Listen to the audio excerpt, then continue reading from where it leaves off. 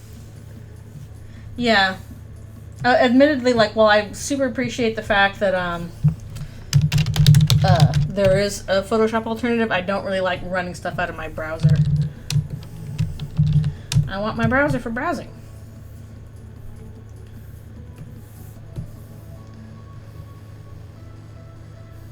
But you do what you can.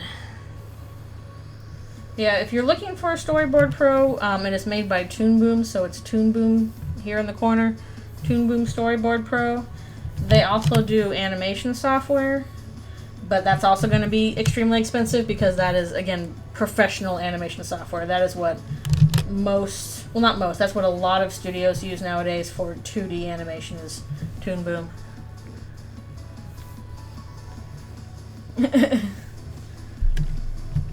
I'm watching somebody draw backgrounds in the storyboard.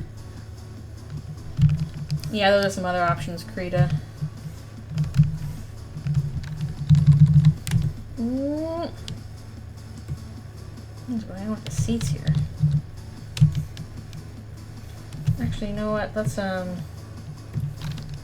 Chris's chair behind this.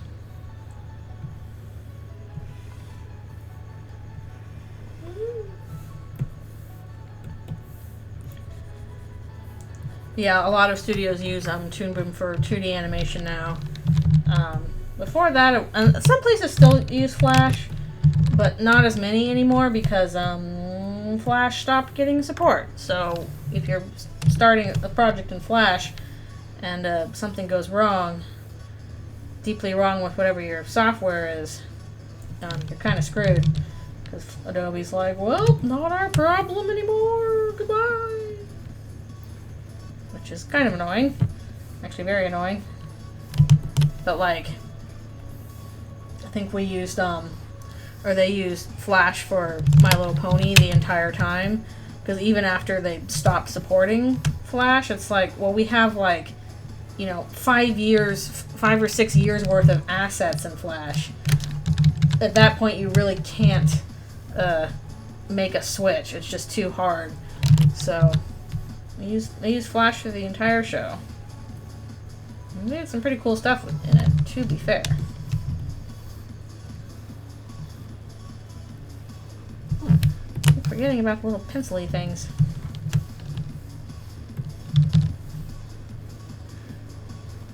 Schools, why do you have so many gosh ding-dang layers? Hate it. Yeah, there are at least options for art programs. Just at this point with me, I've literally been using Photoshop since version 4. That's before I even think Adobe had it. And just extremely entrenched into my workflow. It's not impossible to make that change, but it's really hard and time consuming. So I'm like, okay. But I would be willing to make that change for Procreate.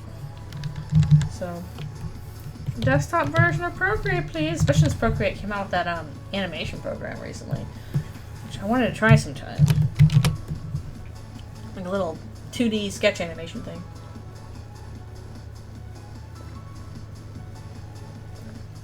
Okie dokie. Yeah, we'll have to fill these in later. That's an easy one. Look at them close-ups. It's so easy to do.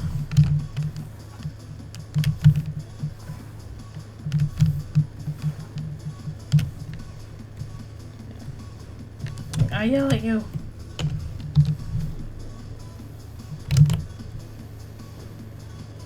Kind of wonder if I should go back and do a little bit of shading in some of these. I'm not sure if it's needed, but if it is, I probably should do it sooner rather than later.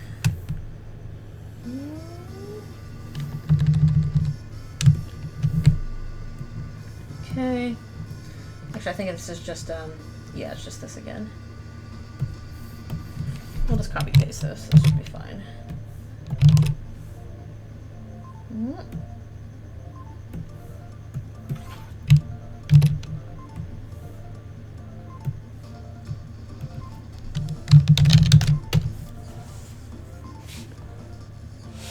Yeah. I'm not even sure what you'd have available in terms of like editing software.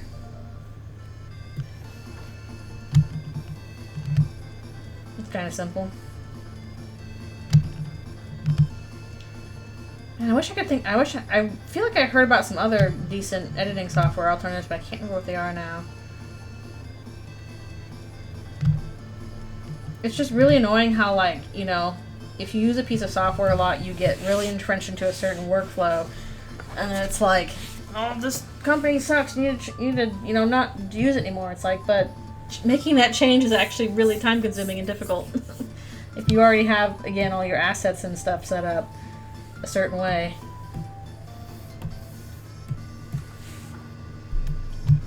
Da Vinci. Maybe that was the one I heard of. Okay, we'll do a little copy paste here.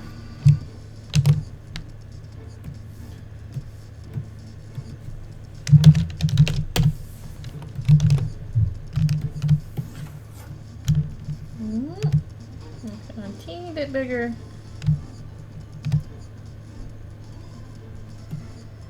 Okay, that's fine.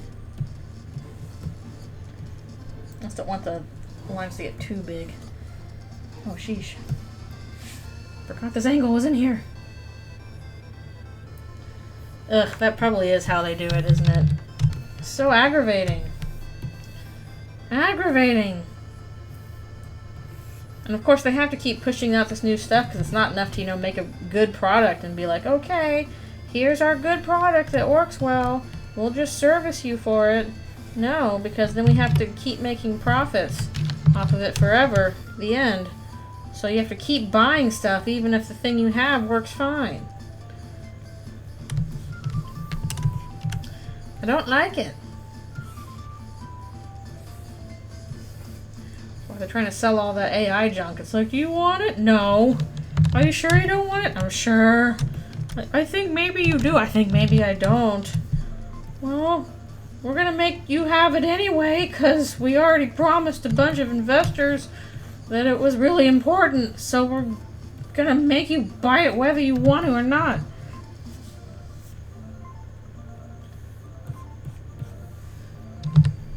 Are there any, like, decent phone stuffs? Because I'm still using iPhone, even though I stopped using a Mac. I finally made the switch to a PC, but honestly, like, Android isn't super catching me or anything. I'm like, okay, that looks fine, I guess. But I also probably don't use my phone in the same way some folks do. Hello, hello, thank you for coming to the stream as we work on backgrounds for this animatic. I have not seen that.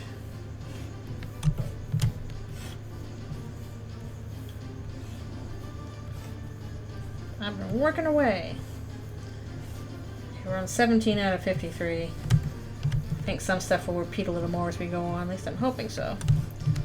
That'll make things go a little faster. One can hope.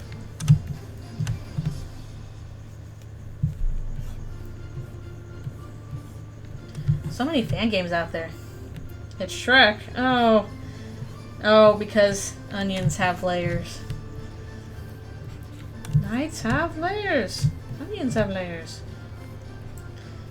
Shrek remains a meme. Even like 20 years after it came out.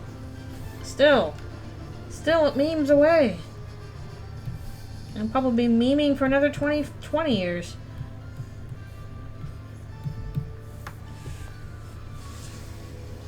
Wait, what? I really hope it's not people being like, oh, PS5 is near the end of its shelf life. What? No, it just came out. Shrek is immortal. No escaping the Shreks. Okay, just work out how we're doing this. Yes, I did see Puss in Boots: The Last Wish. It was super good. It was an excellent movie. It was baller. True.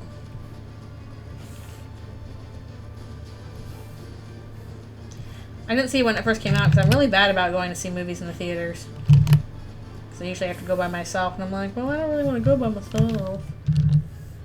But eventually, you know what I should do? I should get that stupid program that my grocery store is doing, where you can like get points for movies and stuff, and watch more recent movies.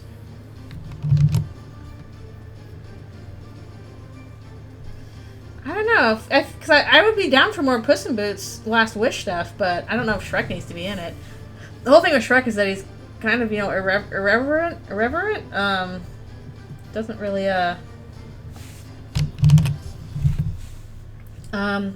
saw a little bit of that Brothership trailer, but not very much. I didn't watch the Nintendo Direct. I don't know if you have to worry about that at this point, because, again, Shrek has been going for like 20 years. I don't think it's stopping anytime soon. Oh, how was Inside Out 2? Was that good?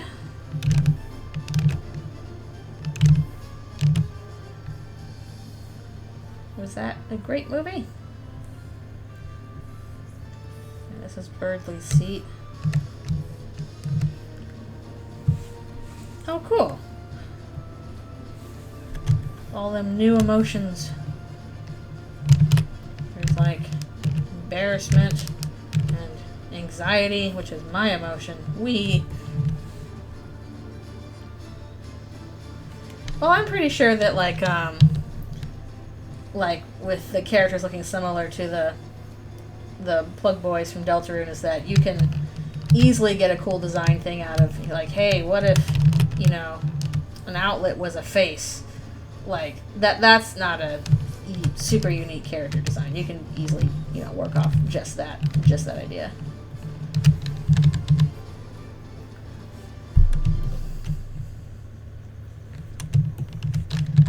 What really annoyed me recently with Disney stuff, or Pixar stuff, is when they were like, well, some of our movies didn't do good, like Turning Red and Luca, and we're decided we're not going to, you know, do those sorts of, you know, personal stories from the directors anymore. We need to do more stuff that appeals to everybody. And I'm like, okay, sure.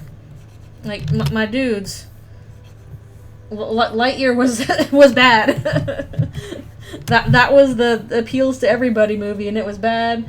Whereas, like, Turning Red was good, Luca was good. Miss me with this, we have to appeal to everybody. I'm like, no, I actually want more personal stories from directors. I don't want something manufactured.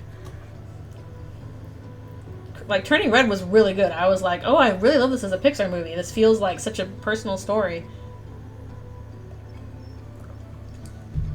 Yeah, exactly. Like, and also you release these on streaming, of course the numbers are not going to be as good. Also, I can't help noticing, like, these are the movies made by, like, you know, immigrants or non-white folks, and these are the ones you have a problem with? Okay.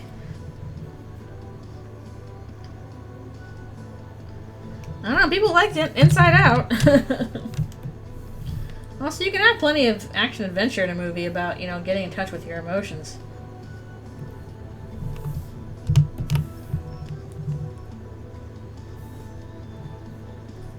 Well, if people want movies about action-adventure, then they didn't show it with Lightyear, where Inside Out's done pretty well, apparently.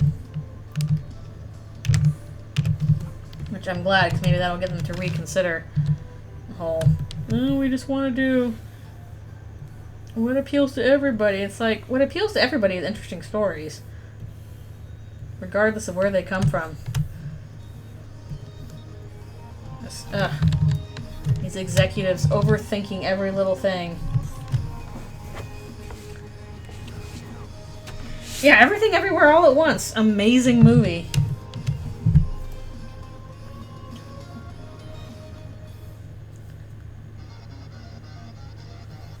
Yeah, that's really annoying. And also the problem with Strange World, because I did watch Strange World, was like, as a movie, it was just okay. I'm like, okay, this was fine. Like, it just wasn't anything really exciting.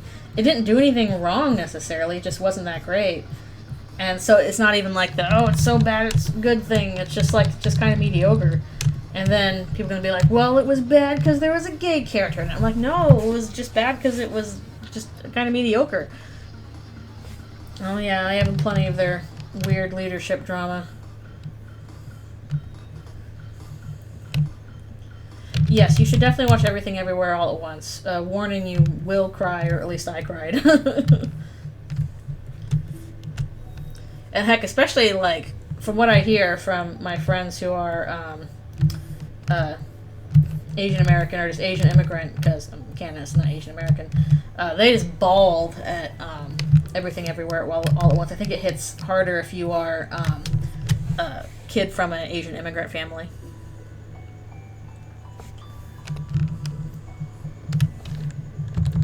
Yeah, it is a lot of stuff. Like, definitely Warner Brothers even worse right now. Oh, thank you so much for subscribing! Thank you, I super appreciate it. Oh, thank you, thank you, thank you. I'm glad you're enjoying our silly talks while I draw a computer. Big W. Yeah, that's another thing that it kind of bothers me about that sort of, just the market of it now, is it's like, you're not allowed to have a story that's just like, you know, oh, you know, it was just okay. It has to be this giant tentpole thing, or else it's a failure. It's not a good environment. You need to have room for stuff that's just okay. But I could go into all sorts of stuff about that. Honestly, whenever I, like, you know, see people complaining about stuff in you know, movies or TV nowadays, and it's like, oh, all the artists were just lazy and blah blah blah, and I'm like, dude, like, 9 out of 10 times, if you don't like something that's going on in, like, a movie or a TV show or entertainment, it is because some executive at the top made an executive decision about it. Like, they had some weird quirk where they're like, I don't like this thing. And if they don't like the thing, then it doesn't happen. Or if they do, or if they're like, this thing needs to be in here. And whether or not it works, the thing has to be in there. Again, 9 times out of the 10, if something is bad about a movie or show you like, it is the fault of somebody who, like, you will never see and will never make themselves known to you. Lorax movie, I never saw that.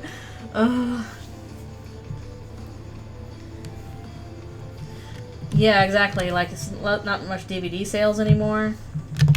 I want the chair here. See, my thing with Lorax is I never saw that movie because I'm like, that's not the Lorax. I read the original Dr. Seuss book a lot because we had some Dr. Seuss collections, and then there was also the was it one of the Chuck Jones cartoons? I know he did the Grinch, but I don't know if he did Lorax as well.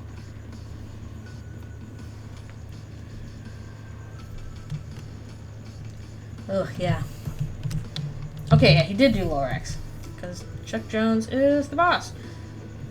So I saw that cartoon, and that was good, and the book was good. I should see if they ever did one of Sneetches. We had, like, one of our Dr. Seuss books we had was a collection of stories, and we had the Sneetches in one of them. The cartoon from the 1900s. Why are we calling it the 1900s? No! Dr. Seuss on the loose. Dr. Seuss was an interesting guy. That much is true. Yeah, because the cartoon is just a straight adaptation of the book, and the book's extremely good. The crazy thing is the book came out in, like, the 60s, and it was responding to the environmentalism stuff there. It's only gotten more relevant with time. Actually, though, the Seuss is loose sounds like a fruit juice commercial. The Seuss is loose. Oh my goodness, now I hope that we get some kind of reference to that in chapter 3 with Susie. The Seuss is loose. Like, please give me my stupid 90s commercial references. Please give them to me.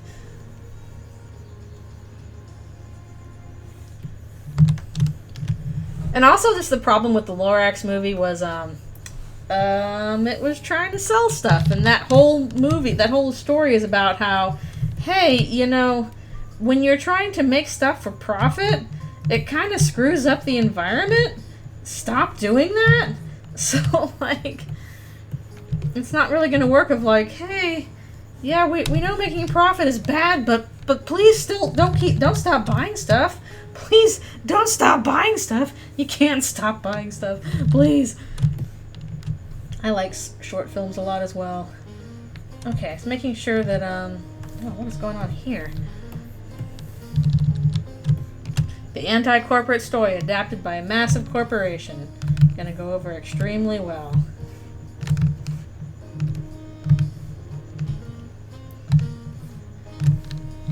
It gave us the Onceler, which gave us something.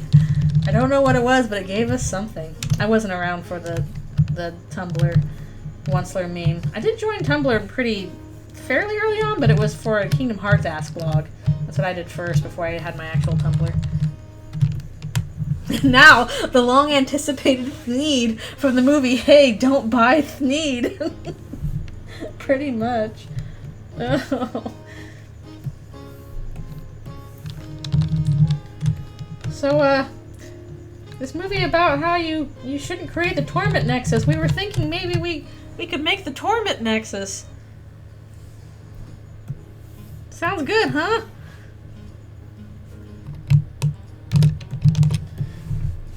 Aw, I still use Tumblr. It's still my primary spot for things.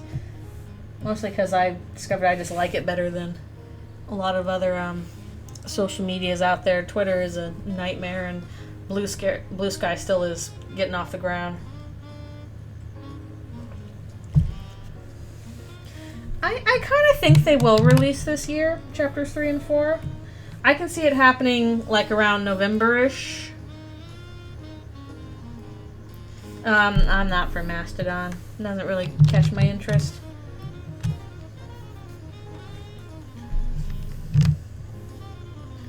I am enjoying Blue Sky. Just needs a bit more pep and pickup. Because Blue Sky feels more like old school Tumblr or old school Twitter.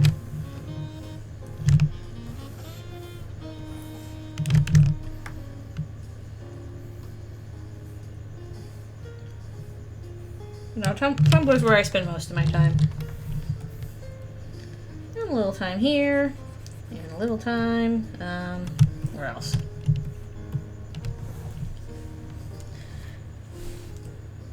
Yeah, now that it's free, I think it'll slowly pick up stuff. It's just a matter of kind of, I guess, shuffling the Twitter crowd over to Blue Sky. It's like, oh, look, chronological, timeline. No ads. Gotta get your artwork of your Blorbos. Exactly. I have no intention of joining Threads. The only other place I was thinking of joining was, Sarah? I don't know. It's basically looks like a DeviantArt-ish kind of place. Just a bit more portfolio-centric. Like, kind of portfolio, kind of social. The main draw there was they were like, no AI, and I'm like, oh, that's good. Beyond ads. Oh, maybe this is the time for me to do my stretch. When am I supposed to do my stretch? I forgot. Yeah, I already have an Instagram. I just never use it anymore because my art isn't really good for Instagram. Cheesy art. That's pretty old, isn't it? That was like a contemporary of DeviantArt, wasn't it? If I remember. Ads, go away. Come back when you give better pay. Indeed. These poor desks are too long. Yeah, Cheesy Art. Is it still around? Is it still going? That's crazy. That's nuts. I thought that kind of like... Huh. Fascinating. Fascinating. Yeah, I could have sworn Cheesy Art was from like 10 years ago or something. Oh, that's wild.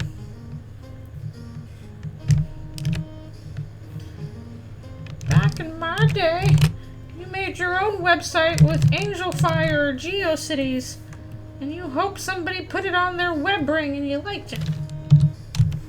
Oh, it died? Aw, too bad. Too bad.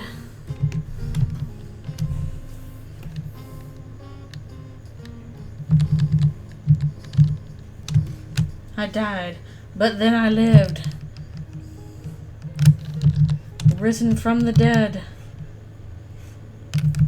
Like Neopets or something, I don't know.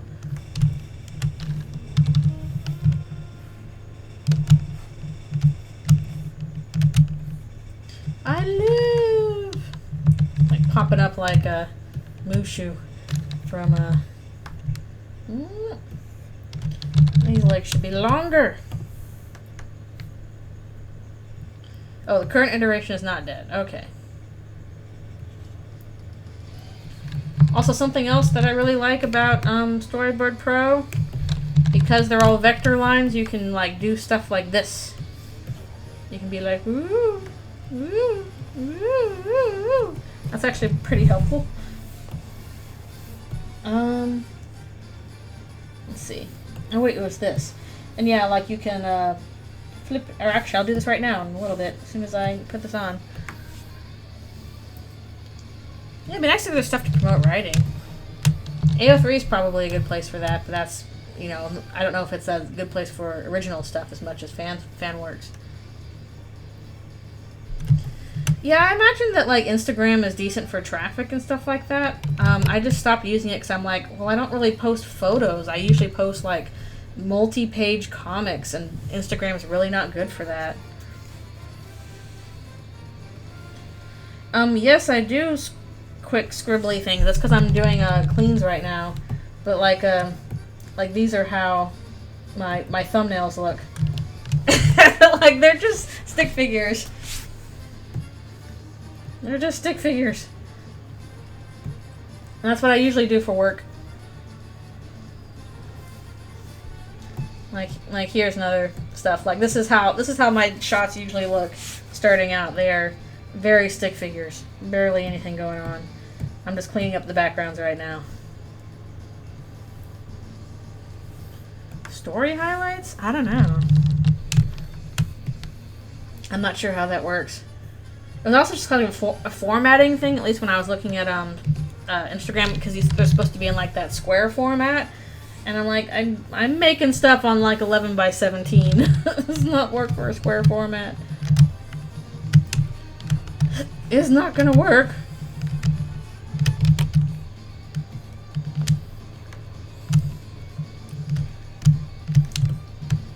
Yeah, work's definitely been interesting in terms of these like these kinds of thumbnails, because we've actually been reviewing those, which I don't usually do for work, but I'm glad that we're doing that, because then by doing like a thumbs review that early, we catch, you know, issues and change the shots pretty early on, and it saves time down the road.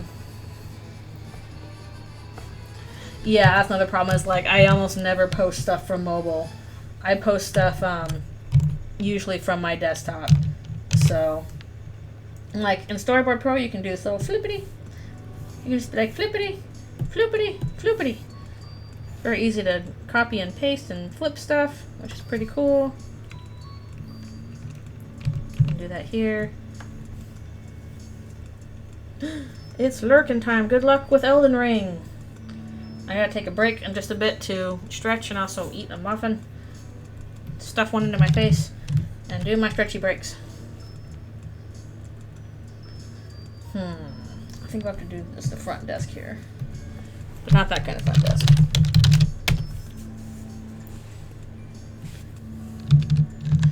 I have not played the Elden Rings, but I've heard it's good. Never enough time to play the games.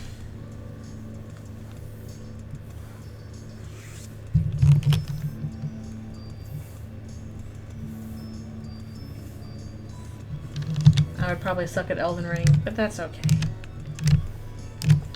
I suck at most games. And yet I keep playing them anyway. Who knows why?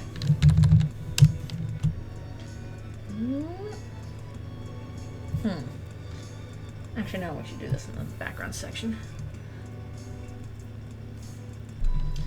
Oh, that's good. It's nice when you can go in fully blind to something. No spoilers and just experience it as it was meant to be experienced. It's hard to do nowadays.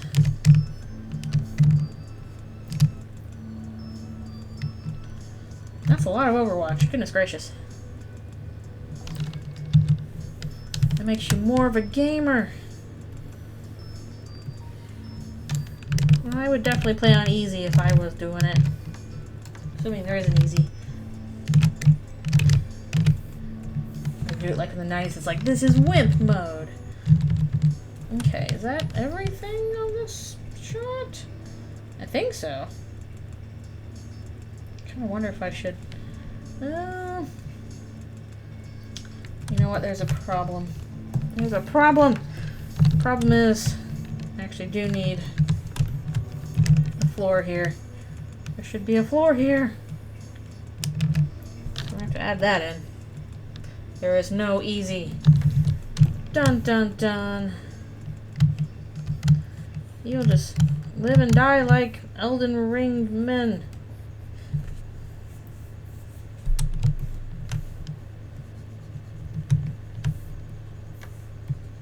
Yeah, I wouldn't think Dark Souls would really have much in the way of an easy mode. And even if they did, they'd just make fun of you for using it. No. Onion ring.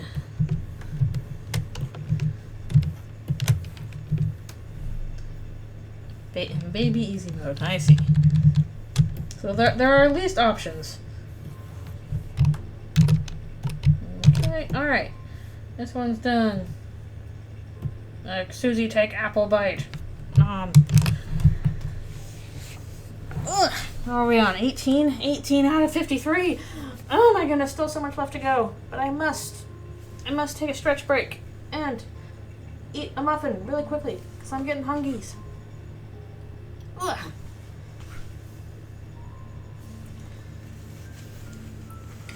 There is no easy mode. Or it'd be like in 90s games where like you're playing, I don't know, some Doom clone and they're like, your modes are silly baby, novice, difficult hard, nightmare. And that's what you got.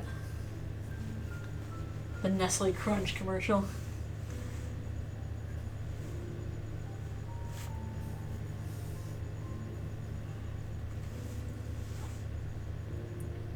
I want Chris to be in like an Apple Jacks commercial.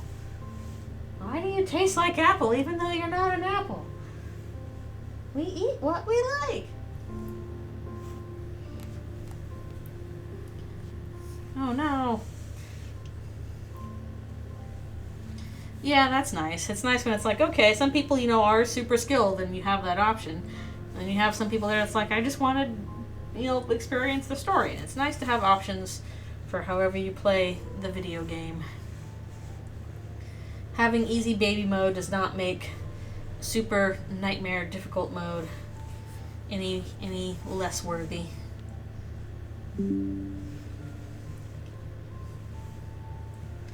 I guess sometime I can try Celeste, even though it would be my Achilles heel. Precision platforming, a thing I am not good at. Garfield cart. Was there a Garfield cart? I mean, I wouldn't be surprised if there was, but somehow I've never heard of that.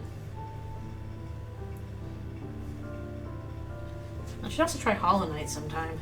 Even though, again, probably something I'd suck at with the precision platforming. Alright, be right back. I need more water and a muffin and one more stretch.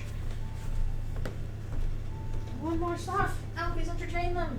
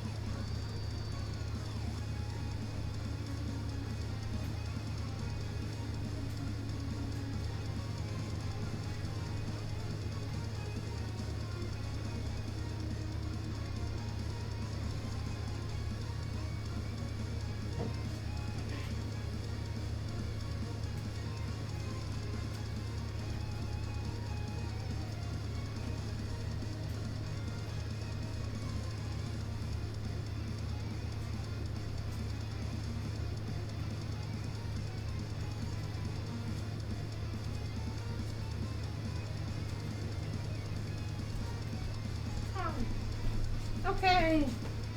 I am returning.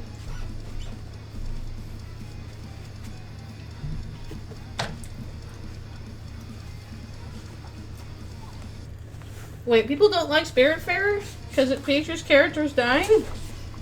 Even though that's the point? That's the point of Spiritfarer? Which I really liked. It was really good. Even though it was surprisingly taxing to play. There's so much back and forth, taking care of like 50 things at once. Nobody likes Elena. Oh, poor Elena.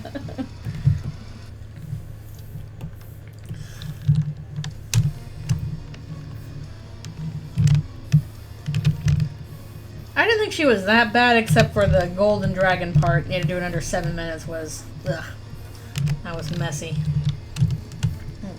No, watch out.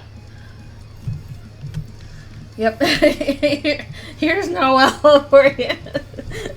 Blah, blah. It looks like Mr. Bill. Oh no, Susie.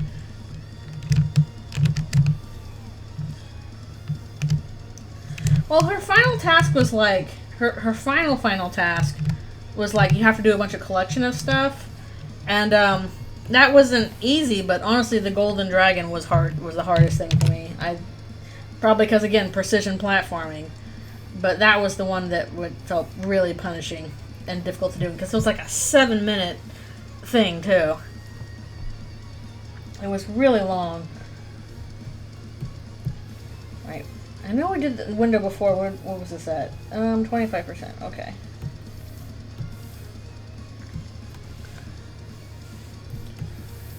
No, I don't. Actually, no, I did. Bleh, can't talk. I did 100% the game.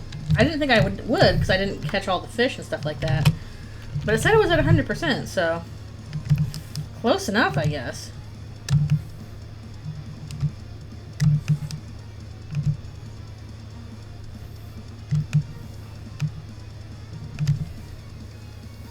Mod precision platforming into Baldur's Gate 3.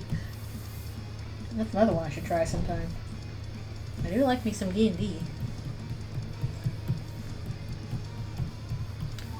I remember watching at the last speedrun, or games done quick thing. I think somebody speedrun Baldur's Gate in like half an hour. It's like, yes, sure, if I make, you know, this halfling, this naked halfling or whatever, and do this, and this, we get to the final boss in like 20 minutes. Ridiculous stuff like that. Susie, get your feet off the desk. Never. Actually, I might need to make a... I might reuse this one because I might need to do the full thing for that.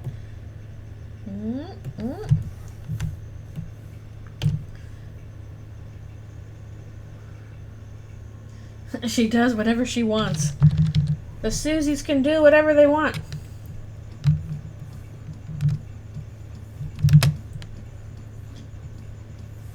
Actually, did they have bugs? I don't remember if it was a glitchless speedrun. I just know they did Baldur's Gate 3 in like half an hour.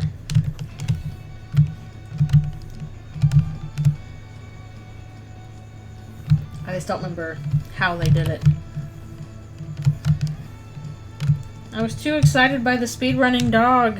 I'm like, it's a dog and they taught it to speedrun a game. How did they do that? Well, I know how they did that, but still.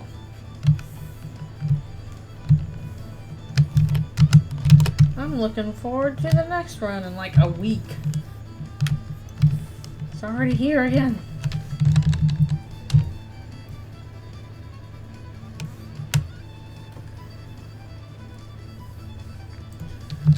This would be, yeah, a lot of character customization. I'm sure there's like certain stats you have to get just right in order to just be like pew pew pew pew pew. Blast through certain tasks. Blast through the task.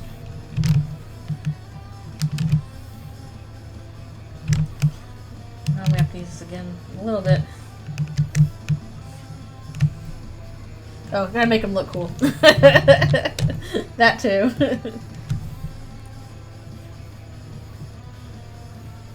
What are their actual options? Is it just all the usual D&D options like dwarf, elf, halfling, human? Or do they let you do more esoteric stuff like tiefling and dragonborn and Aarakocra? Can I be a oh, so I forgot the name. I played this character.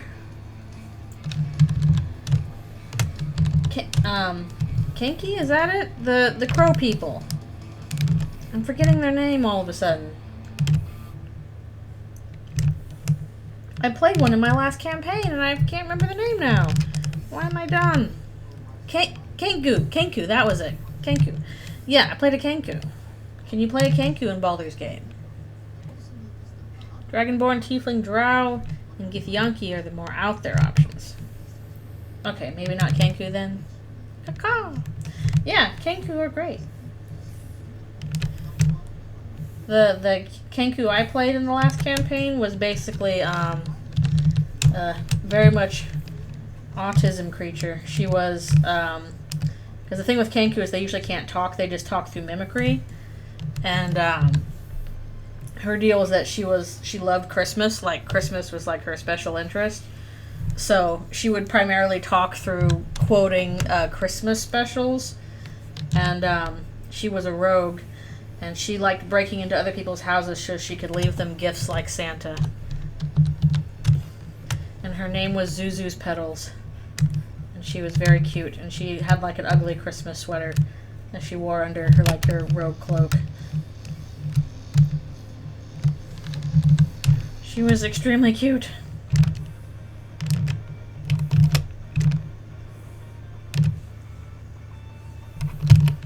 Unfortunately, we didn't finish the campaign. But it was fun while we did it. Yes, she was rogue-style autism creature. Alright, good luck with your laundry. Thanks a bunch for coming to the stream. I had to do that yesterday. It takes up so much dang time. You have an AI that can write a computer thing for you. Yeah, well, can your AI do my laundry? No? Then I don't care. Otherwise, that's still 3 hours out of my day. Yeah, I do love me some Dragonborn. That was the second character. Not the second character. The third one I played in an actual Dungeons & Dragons things. I played a Dragonborn Paladin. It was pretty neat. I liked her too. I turned her into a tank. She had like 120 hit points or something. It was ridiculous. This absolute wall. Okay, might need to copy paste this one for later.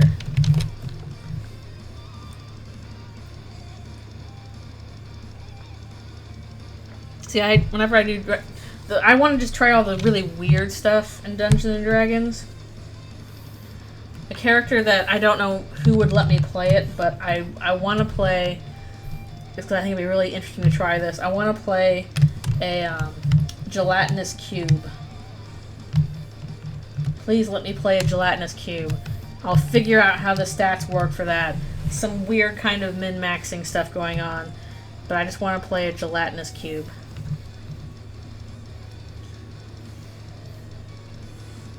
I worked out, hey, it's like, you know, probably a wizard or a sorcerer or something. And basically it's like a wizard that got trapped into a crystal. And then, you know, whoever was carrying the crystal got, you know, eaten by the gelatinous cube, and then, you know, the wizard used their wizard powers to basically start controlling the gelatinous cube while the crystal is still stuck inside it. So now they're just like gelatinous cube crystal wizard. I don't know. That's kind of wild, but I think that could be fun to mess with. But I don't know how you could possibly incorporate that into a game, but if they ever let me, I'll play my gelatinous cube wizard.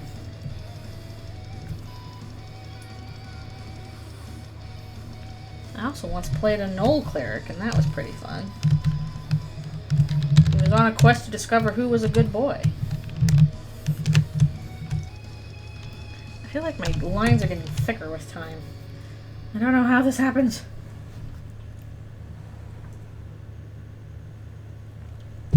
gotta play your lore bows in Dungeons and Dragons. That's what they're there for. Oh, huh. Thought I would have a thing here. I do not. I don't have a perspective guide here for reasons unknown. I'm sure like half of my my stream is just tippy-tappy on my keyboard because I'm using my hotkey so much. So much hotkey stuff going on.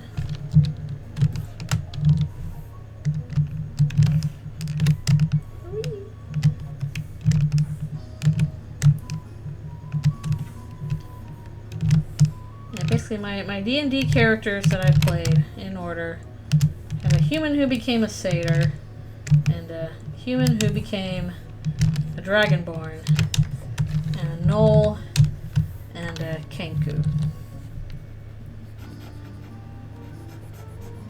Give me all the furry characters.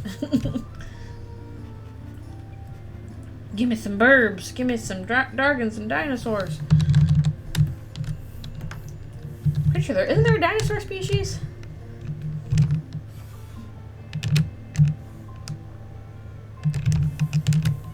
And we'll go super abstract if I ever get my gelatinous cube wizard.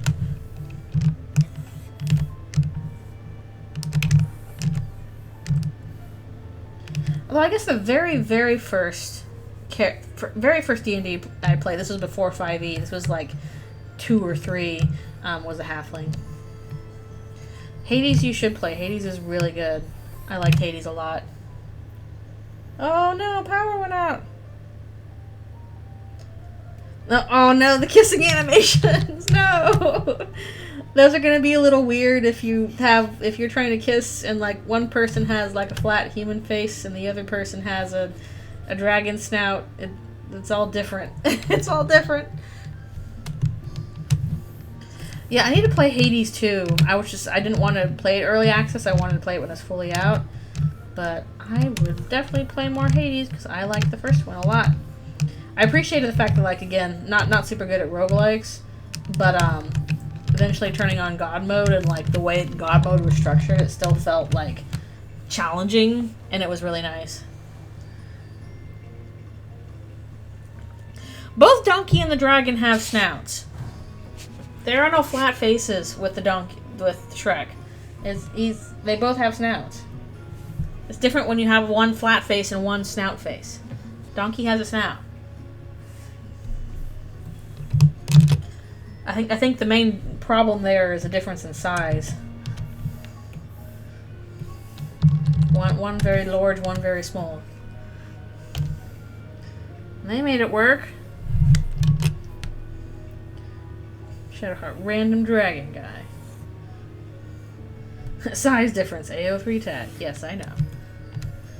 Dragon twink. How do you end up as a dragon twink?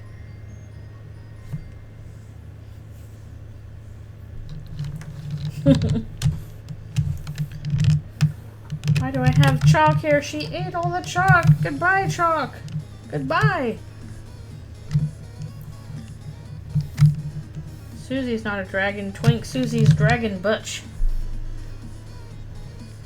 As we all know. Oh no! Look at this nightmare.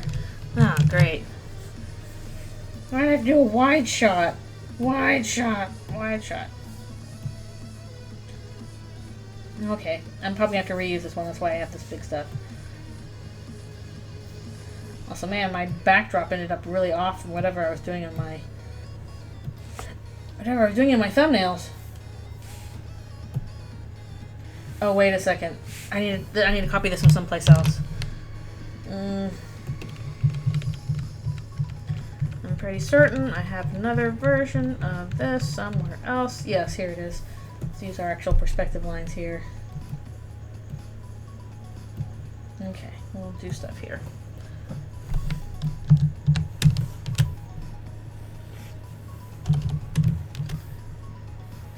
Alright, the power of 2-point perspective.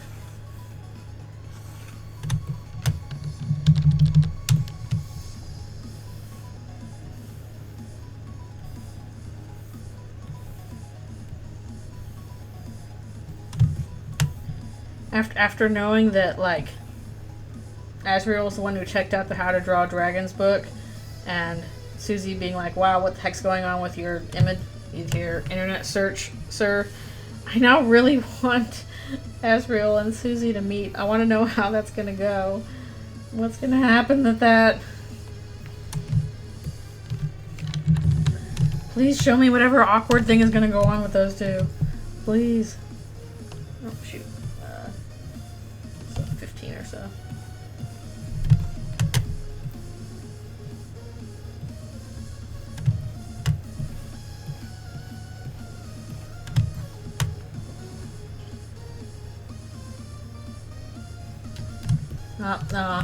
I don't know much about FNF, but that doesn't surprise me. Everybody does the megalovanias.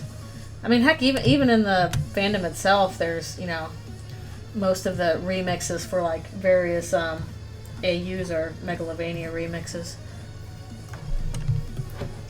That dragon book's gonna come back to haunt him, it is. Asriel, you should have returned the How to Draw Dragons book. You should have done it. Now look what's happened. Now we all know your internet searches are weird.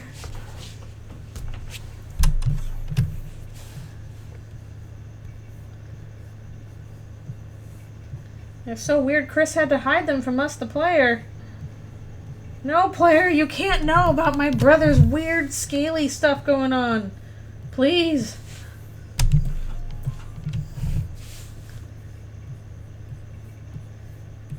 Me when I have some eldritch demon entity controlling all my actions, but I have to protect the reputation of my older brother from it. Okay, Chris.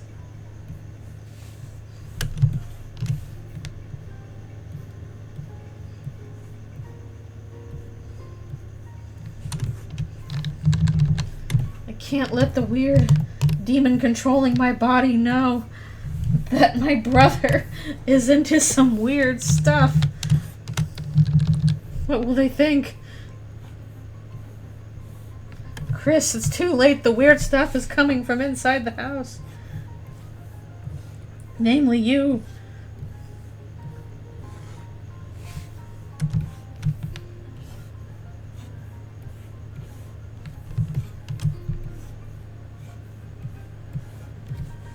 Oy.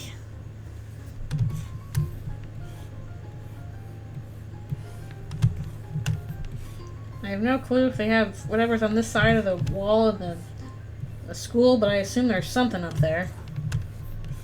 Here's everybody's poems for the poetry unit. Susie's poem is like, roses are red, violets are blue, shut up. And that's her poem. And then Alfie's is like, wow, Susie, that's a really great poem. Your emotion really came across in it. It didn't rhyme, but that's okay. Poems don't have to rhyme. Noelle's like, oh, that's literature.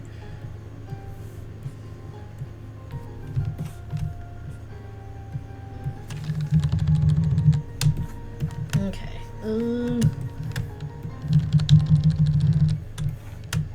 I need to make sure I have time progressing on this clock. Or people will be like, why isn't the time progressing on the clock? Actually, I should probably, because I'm going to copy paste this back, so I probably need to change it. Then again, it's not that much time passing, so that's okay. Yeah, Susie, yeah, she wasn't lying. Trueness. True facts. She's like, this is what I think of your poetry unit. What would Chris's poem be for the poetry unit?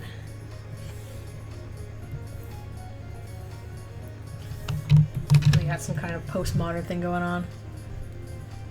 Yay! I'm glad you don't need to cough up over $100. That is a big plus. Good to get that stuff working.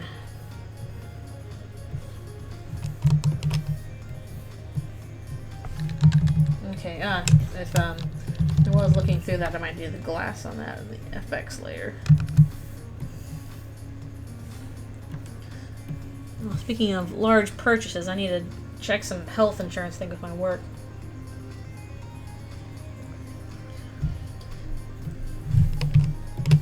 I ship them both. I believe in you. You can work it out. Okay, now this dumb classroom. Why are all the stuff incorrect? Oh, wait a second. I gotta do this. What I wonder is, will Bratty and Caddy become friends in Deltarune? Or will they forever be enemies? Frenemies?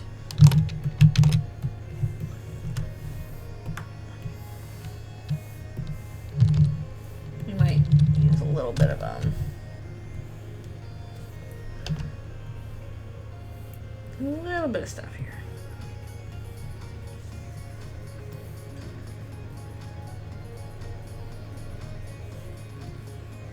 I woke up super early, but also because I had a little bit of coffee stuff last night, and I had stuff I had to do, so I'm like, okay, I guess I'll get up a little before 7 then. Sure, why not? The universe wills you to be besties. Just as the universe wills Asgore and Toriel to be divorced. No.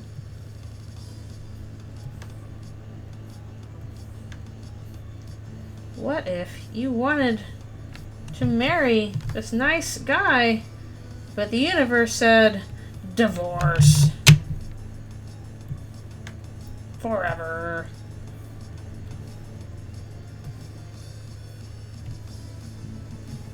Asgore just like, I didn't even kill any kids this time, as far as we know.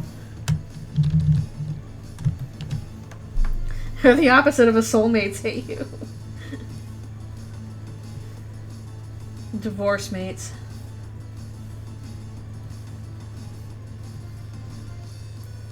What would be the opposite of a soulmate? Anti-soulmate AU. You are destined to never have your marriage work out. Deal with it.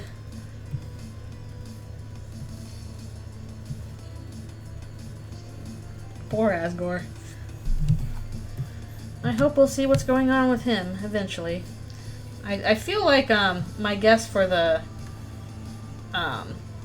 Chapter 4 of Dark World is actually going to be Asgore's shop. I know that a lot of people think it's the church. I think church might be Chapter 5 or something like that. I think Asgore's shop is more likely Chapter 4-1. But we'll see. I could be wrong. I could be stupid. In fact, it's likely.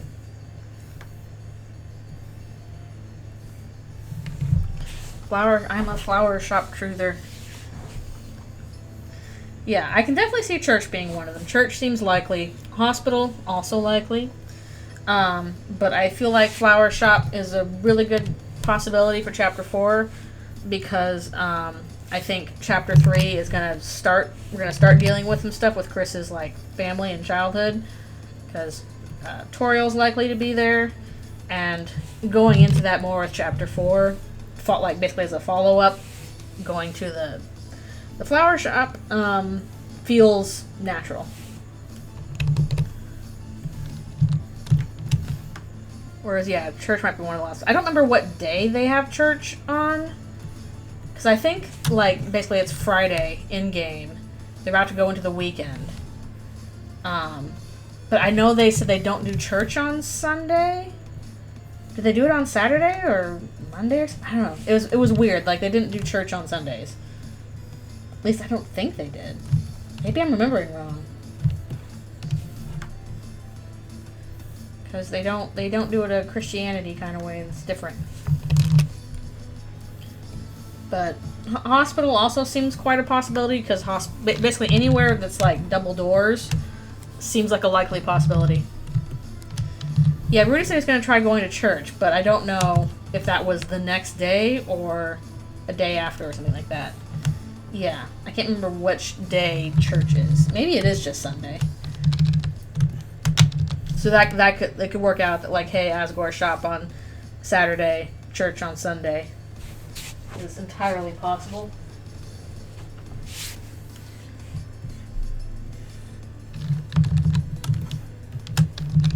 But I'm not entirely sure.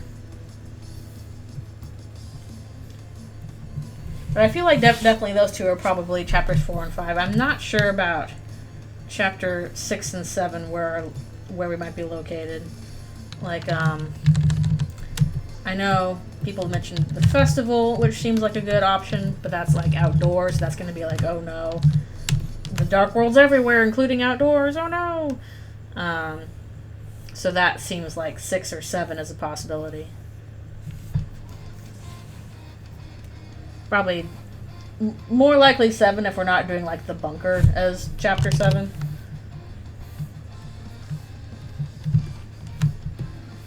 Heck, we could do both. Bunker might be a short one.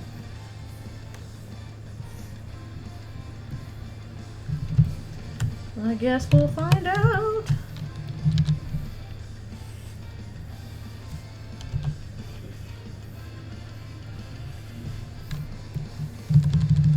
Yeah, hospital also very possible location. Because again, that has double doors, so could easily do that. That could be a chapter 6 one, maybe. Like, basically, in order, we have Chris's house, Asgore's place, church, hospital, and then the last one being the festival / bunker.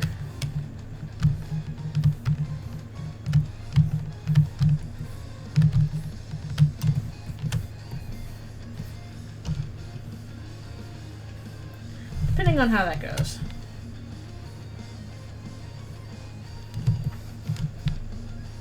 Like, heck, maybe Rudy's like, hey, I'm going to try and go to church, and he kind of succeeds, and then he, like, collapses at church, and it's like, oh no, things have gotten horribly worse, and then we have hospital into chapter 6. I don't know. I'm just spitballing. I know, that'd be sad. I don't want Rudy to die, but I worry he will. It seems quite possible. It could be a thing where, like, he dies or lives depending on the route you do. But I don't want him to die, because then that's gonna make Noelle very sad, and she's already kind of a mess with her mom and deaths and stuff.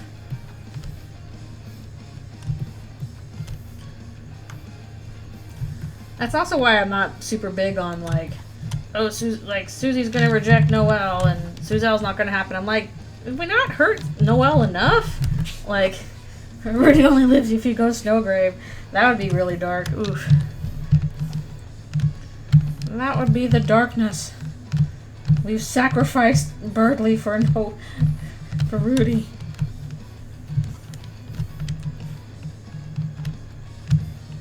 Yeah, I'm just not very big on. And then Suzelle doesn't happen because I'm like, that's just gonna hurt Noelle a lot. Like, she's already going through it. Why are we torturing her more?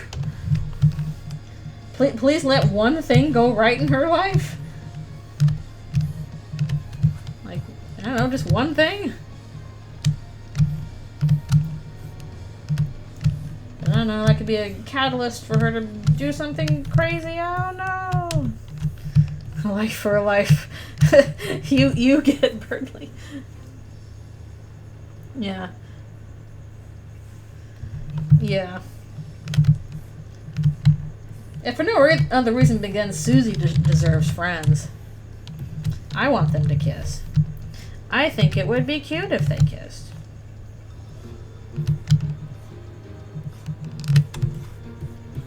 Yeah, she like, the thing is like, if they didn't get together, I don't just see this as being really bad for Noelle, who's gonna be absolutely going through it for stuff, but also just, I think it would be bad for Susie. Susie needs, like, actual friends and stuff. She needs people to be like, hey, we like you for you. And if it got super awkward with, like, Noelle and she couldn't hang out with her anymore, that's one less friend for her to, like, be able to hang out with. Has a bad track record. There's a little kiss between Alfie's and Undyne at the end. A little peck on the cheek. Well, there's something there.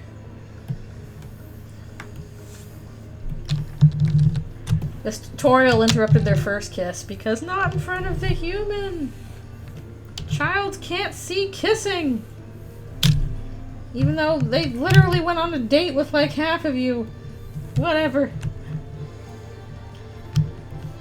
Earthbound fanfiction about kissing.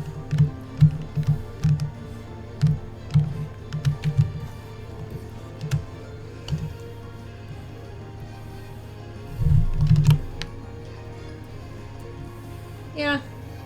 Like, did Toby Fox make fanfiction about that? Yeah, sounds legit. He literally made, like, Flash fanfiction about, like, Sans and Reagan during that thing. Like, it was really good. That one's funny. Violent kissing. No, Noelle would probably be down for some violent kissing. She'd be like, sure. That's extremely violent kissing. Usually, you don't get that violent with your violent kissing. It was the kiss of death.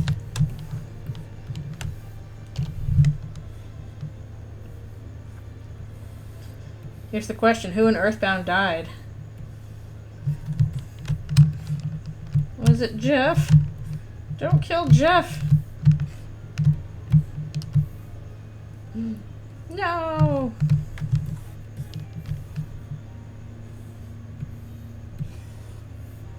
Timmy Dusk.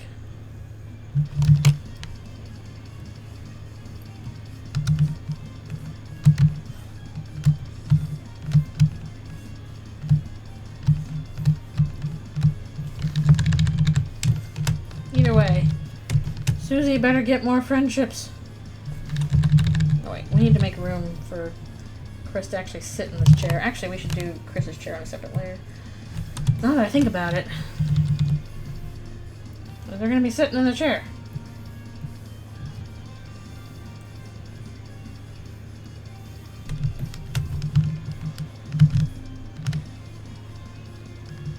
Yeah, that's a lot of character creation. Goodness gracious.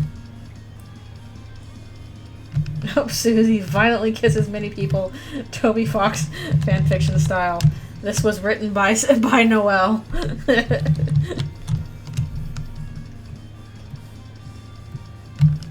She's like, oh, I hope she kisses me to death. Ooh, that's the way I want to go.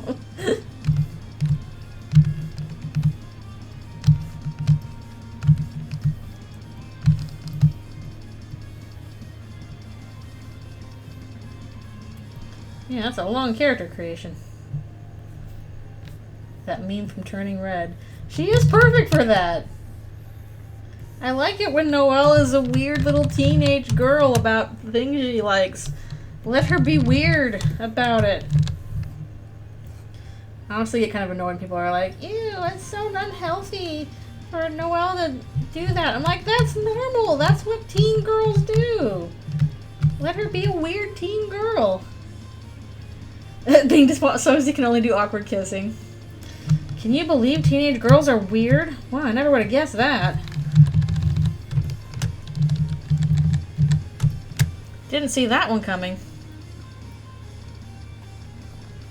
Teenage years are the exact time you're supposed to be weird. That is prime being weird time. If you're not weird when you're a teen, you're going to be probably weirder when you're an adult, and it's a lot less convenient. Normal teens. Hello, hello. We are working on these backgrounds.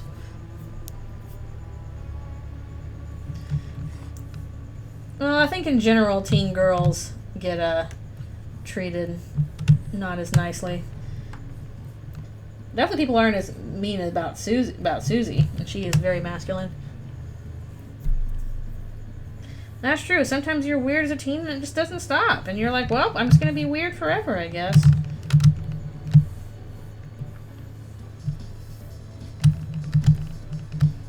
I think Chris has anxiety about being grown up. They seem to really not like the idea. They're like, I hope I'm a weird teen forever. Ah, yes, that Sonic fanfiction. Good stuff. As for me, in high school, it was X-Files fanfiction. That was where I got weird. You will never find my X-Files fanfiction. It is extremely bad. Thank goodness all that's gone. But still, I'm glad I wrote my weird X-Files fanfiction. It was great. It was extremely bad, but it was also great.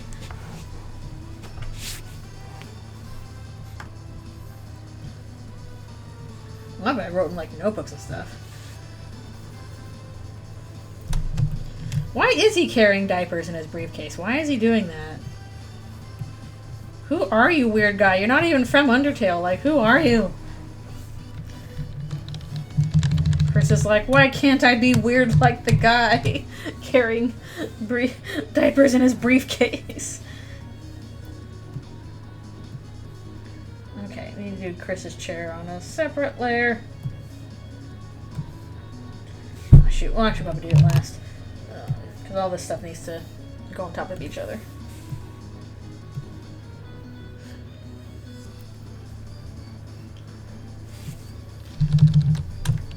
I don't know, Chris is kind of the weird and creepy kid, even if everybody else in town is their own monster version of weird. Chris is just the human version of weird. It's more awkward.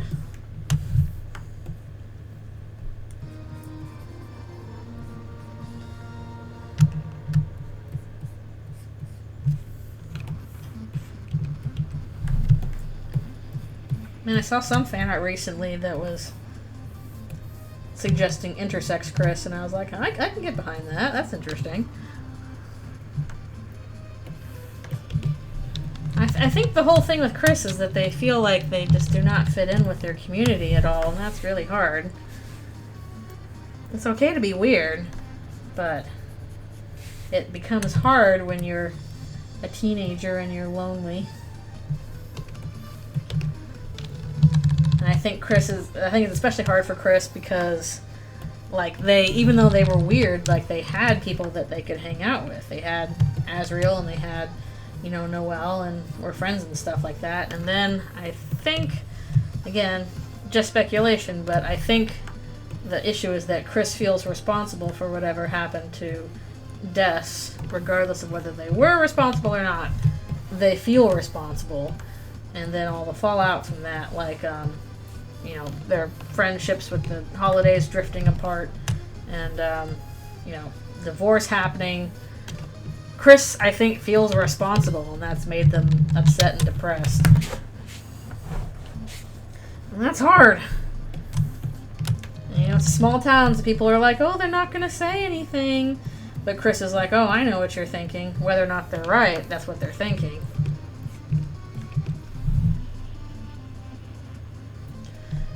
I mean, I think Chris does feel. I think Chris feels quite strongly. They just try to hide it. Like, they do feel a lot. They just, they feel kind of overwhelmed by it right now. Oh, wait a second. And I think they purposefully hide their feelings.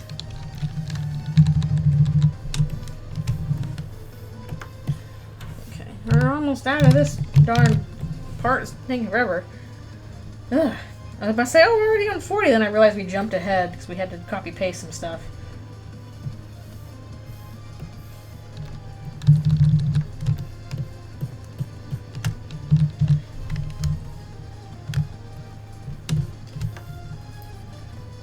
Yeah, like, Chris definitely shows emotions. They feel things. They just, don't make it obvious. Backgrounds can be annoying to draw, it is true. That's why I'm trying to get through them all. But they are necessary, especially for animatics. Oh, wait, yeah, I need to go through that. And I need to go around this, I need to just delete that part. Yeah, basically I'm trying to do all the backgrounds first. I want to do the characters as well, but I want to see if I can get some of the voice work for them first. and do that, because I like having the voices when I do animatics. Then I can time stuff to the inflections, and that's really neat. So I'll ask about those later.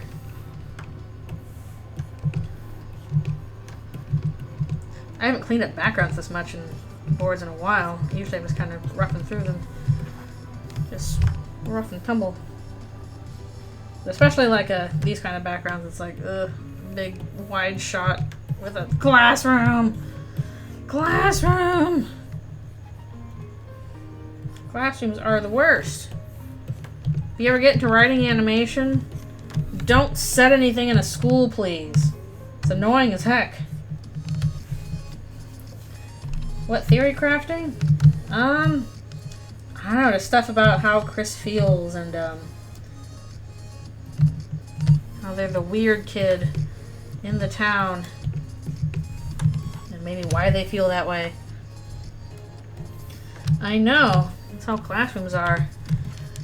I'm like, oh, it'll be so fun to do this scene. And I'm like, oh, the entire scene takes place in the classroom. Ah! I'm in a hell of my own making.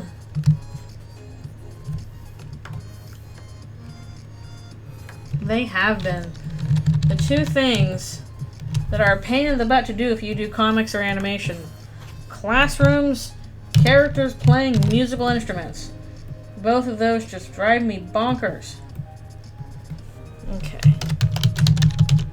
We're going to do this in a separate layer because I think Chris is going to be behind this. If you can trace it, do it. Because, again, drawing this stuff is a pain in the butt. Okay, I have to push this a little bit because... make sure there's room for Chris to sit. Ugh, I had to do an episode on, I think it was last summer. I was working on another show. And the last episode I had to do was like, and then the characters go to a musical world. And they have to play all these musical instruments all the time. And I'm like, okay, fine. Here I go. Ah! There was so much of that. It's like, here's a scene where an octopus plays the drums. A lot of times. Have fun with that. I'm like, well, good luck with that animation, too. Because, that ain't fun.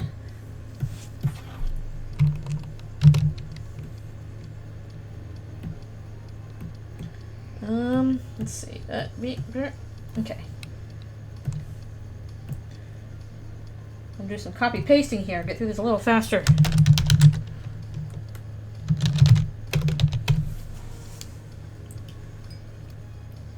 Yeah, it is. It's true. Because the problem with playing a musical instrument, it's like, okay, or drawing somebody playing a musical instrument, it's like, okay, you know, you can potentially do what you do with like a car or a gun. You can trace an actual object. But more so than a car or a gun, an instrument you tend to move around a lot. So you have to draw it from like a bunch of different angles. So,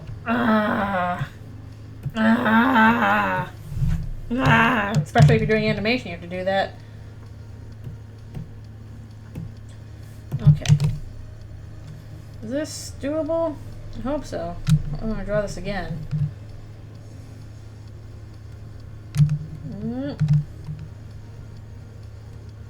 Hopefully that's not too big a jump in the... No, it's not too big a jump in the lines. If I can reuse stuff, it's always good. Get the front desk here. Wait, I didn't want to... I was doing cut paste. It's copy paste, please.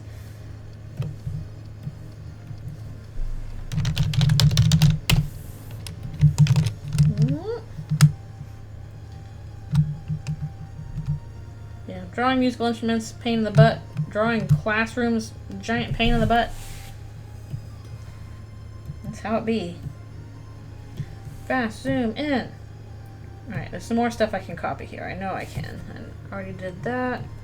Like this one. Pretty sure we can reuse this. Hopefully that line work is not too thick now.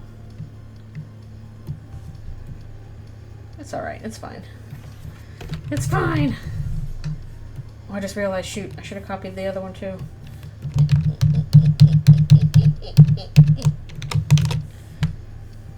There's another layer there.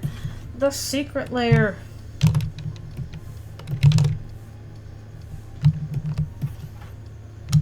Okay.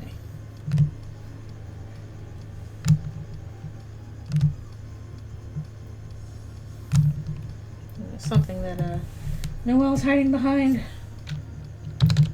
Yeah. No, I do not want it 254%. Also, I realized I probably should do my stretch. I can't remember the last time I did one. Maybe I can go a little more. I'm going to finish this one.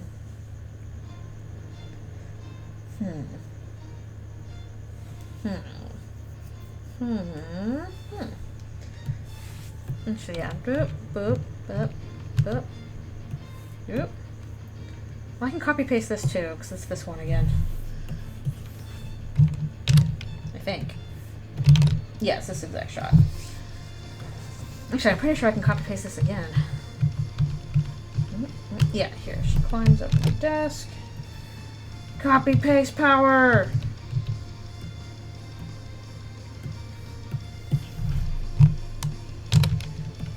When shots, reuse the scene. It's good for me.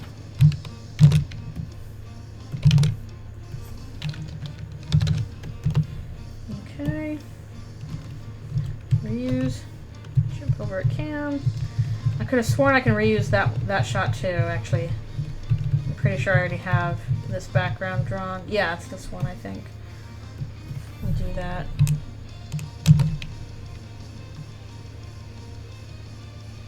Actually,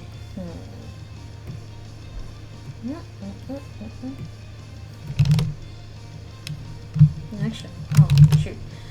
I'm just trying to figure out how to do all this copy pasting stuff I've already done.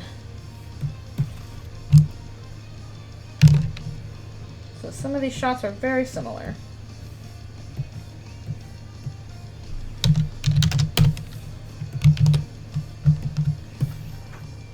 Make it a little smaller, and that's fine.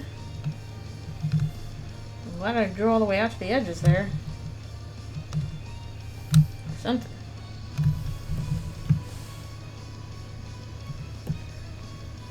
Okay. Okay, if we finish this one. All eyes are the pupils.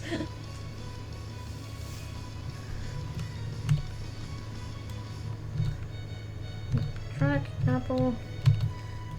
Yeah, these are just basically like little tiny thumbnails and stuff I have. Just to show what's happening.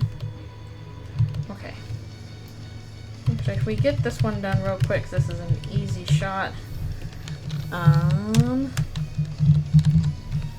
Then that'll be like 30 out of 53 shots done. It's not too bad. And I'll take my stretch break.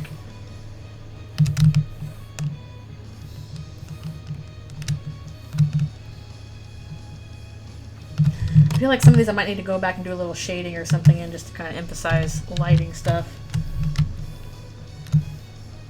But I'm not sure if I should do that now or not.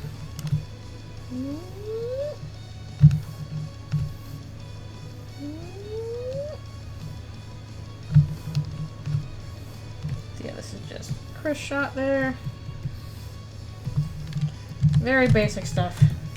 Focused on mostly the character. Woo! Okay, it is time for a stretch break. The break of stretchness. Ooh. I was probably going a lot longer than I was supposed to, but that's okay.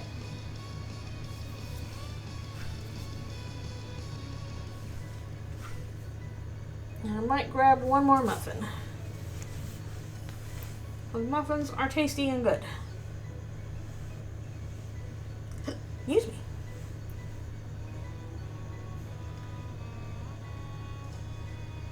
Now we still have some wider shots to do as well.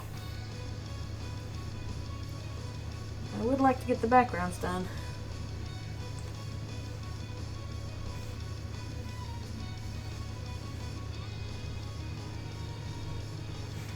Honestly, I kind of wish I had this program up like one version later, because I think in that version they introduced like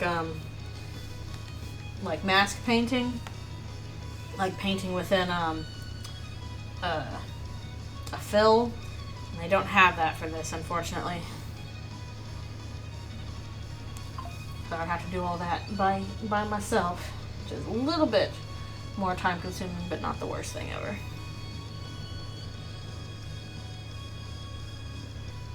You're a little stretchy. A little stretchy. Alfie's hiding away still.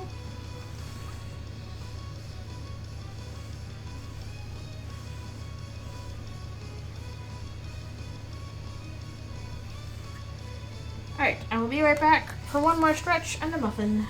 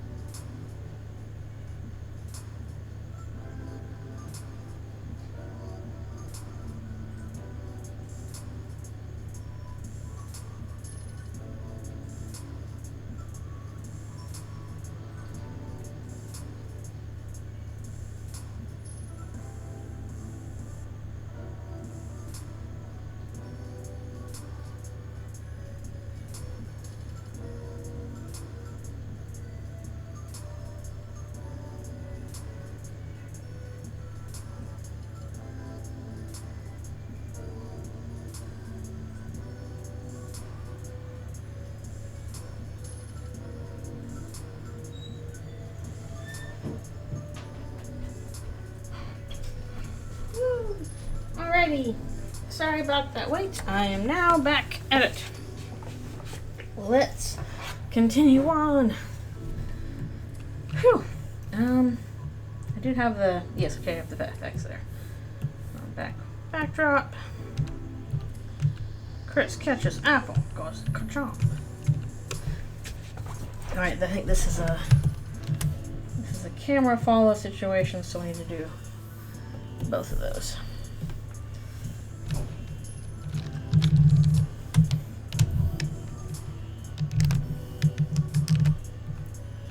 We're getting closer to the end of this, though. We are in 31 out of, what was it, 53? 53 shots. Which is fairly long.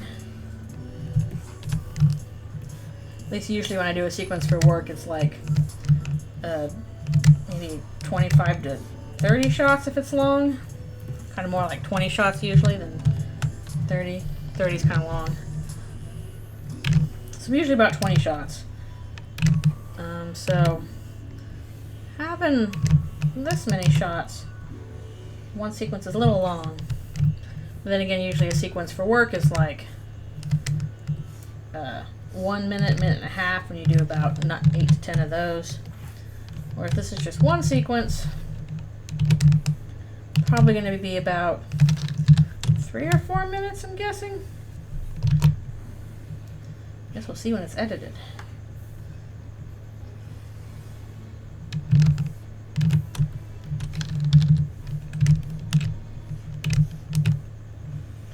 A lot of stuff just for a few minutes of work. That's how it be.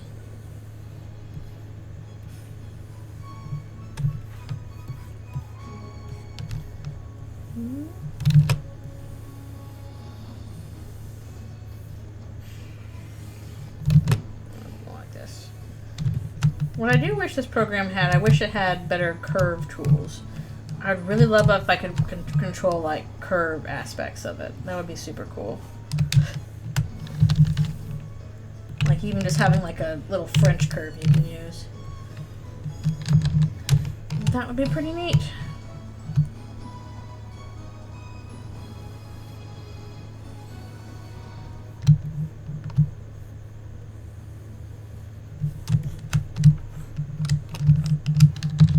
Or something where you could do like, you know, perfect circles kind of thing.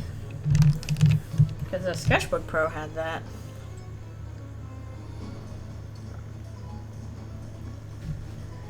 Okay. But the end is in sight.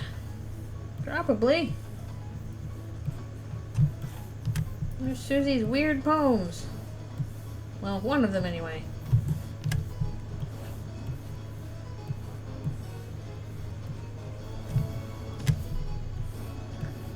And I keep wondering, like, okay, if they had a little poetry unit and they had to write poems and stuff, how would all the other kids do it? Like Noelle's probably like, you know, perfect iambic pentameter in a sonnet sort of thing. Bradley's like, I can do a sonnet too, but his meter is like totally off.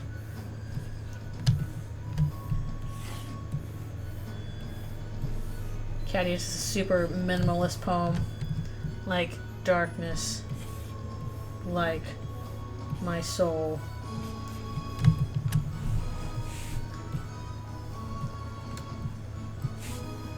Jockington's poem is just a picture of a soccer ball. Like, it's not even a poem, it's just a picture of a soccer ball.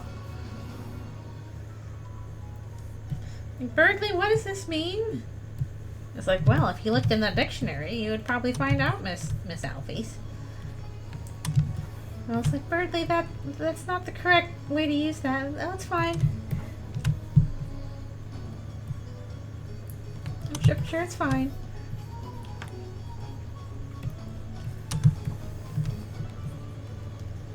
It's okay to be stupid, Birdley. Everybody is. You're teenagers. Okay. That one. Oh, we got some kind of close-up stuff with Noelle here. Even if I don't get the voice stuff for a while, there's still shots that I can do that don't require voices. Will be a Saturnine time. Birdly, what the heck are you talking about?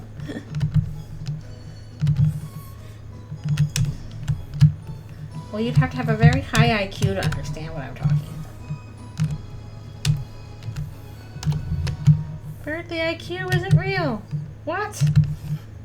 Lies.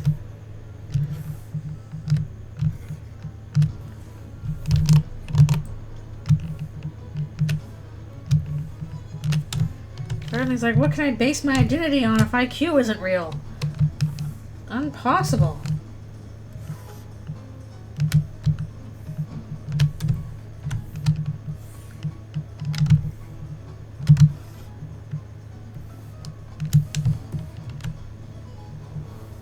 Yep, he'll try and figure out his way around it anyway.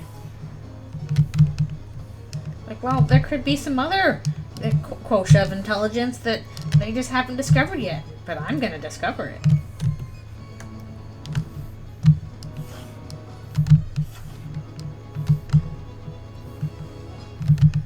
Currently working really, really hard. But in the modern age. Thirdly, no, it doesn't work that way.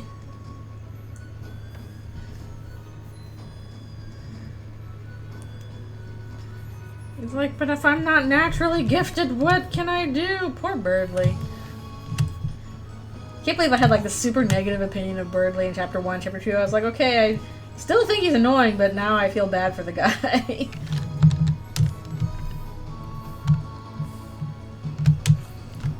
Because clearly he's just a dumb, weird kid too, who wants to be liked and noticed. Nerd Bird dies. I haven't played no Snowgrave. Maybe if you played a Snowgrave that happened, but that's not me. I didn't play it. Oh boy, that's a lot of stuff to do. Welcome back from dinner and picking up cars from dealerships. Ugh. Ugh. We are still doing backgrounds. We are trying to make progress in them.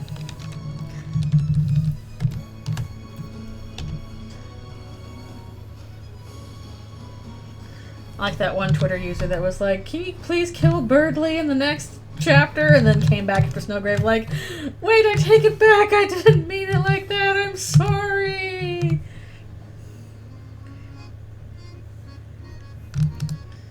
He is stupid in a funny way. As Queen says, oh, there's nothing wrong with him. He's just annoying.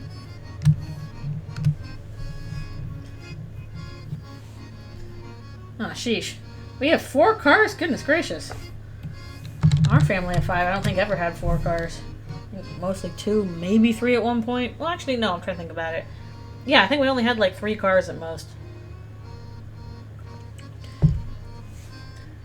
But I have to play car Tetris. Yeah, this is mostly characters in the scene.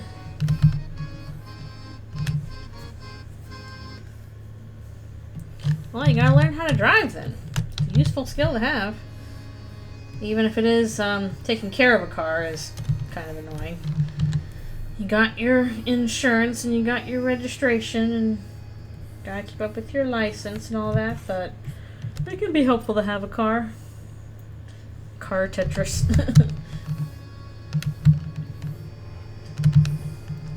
It's tough when you like have people need to be one place and your only option is a car. I will say I'm super duper glad that I have the option of public transportation if I want it. Sometimes I do use it because I'm like, this is just faster.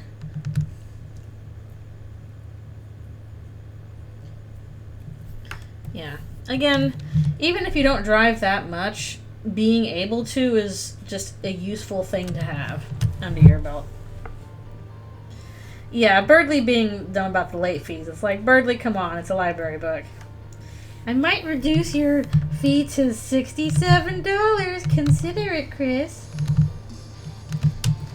I like how you can have the option to be like, Rudy, Please throw something at Birdley.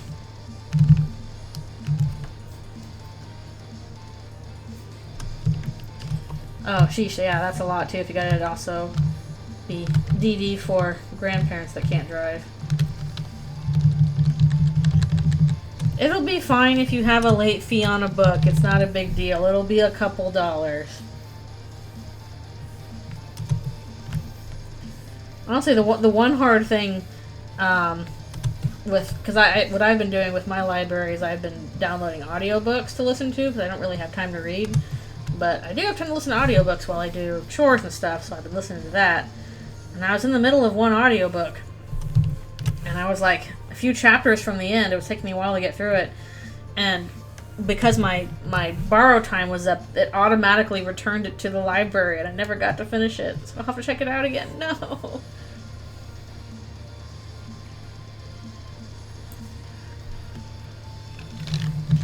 I gotta get my book. No, the audiobook, they make you give it back.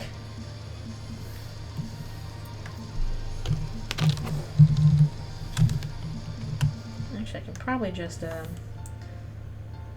Emi. Let's do this all on FX here.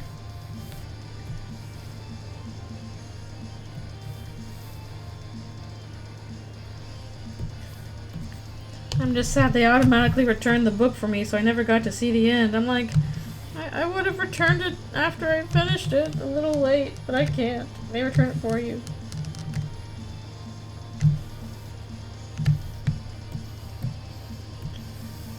Oh, wait, no, I can't do that because I remember why I can't do that now. I need to do this on the second layer of that.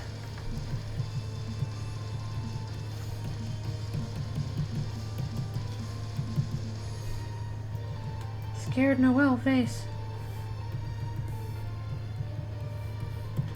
Kind of frosted glass look going on.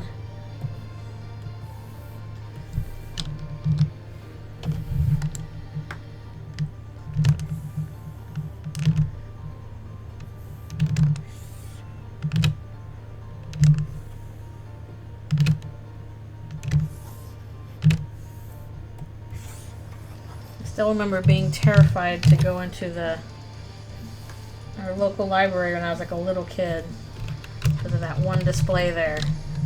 The display that scared me. I was just a little baby. Scared like Noelle here. Oh, let's reuse this background then.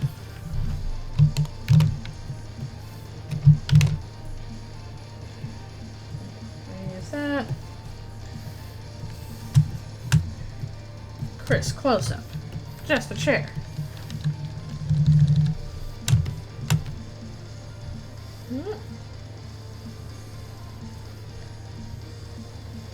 This is probably where I need to do a little bit of shading and stuff. But maybe we'll do that later. I'll try and get the line art down for now. If we have time to do shading, we can do it. Line out first. Ugh, my shoulder is itchy and sore.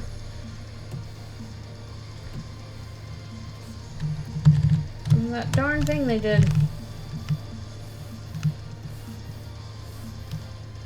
Okay.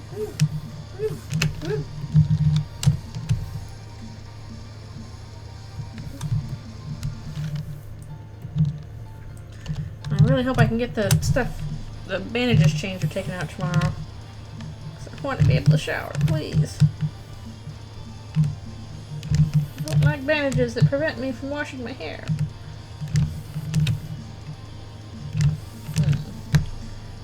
I should still do the frosted glass thing here. Probably should. Just to keep it a little consistent. A bit.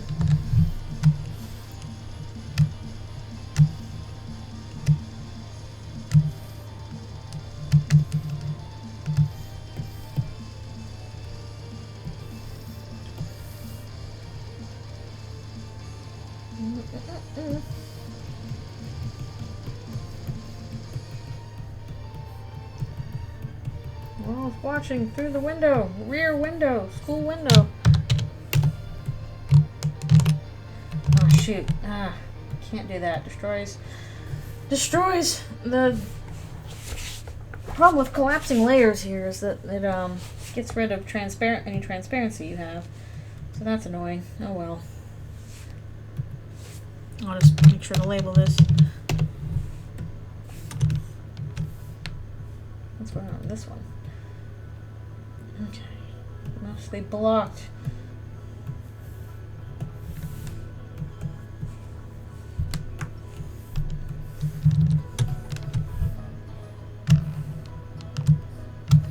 It's nice when you got these, after all those wide shots, it's like, yay, here's an easy one.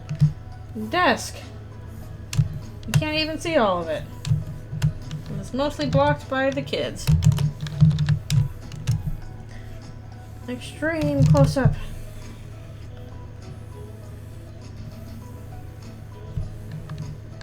We're on 42. We're almost there. I wouldn't.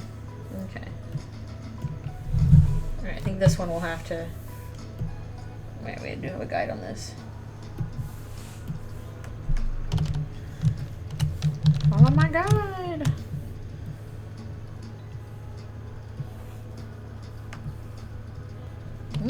Nope. This one, please.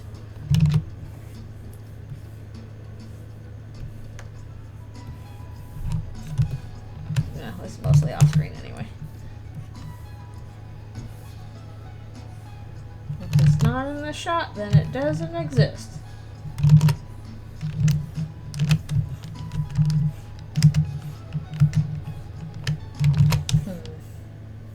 Oh, we can deal with that. We'll deal with it.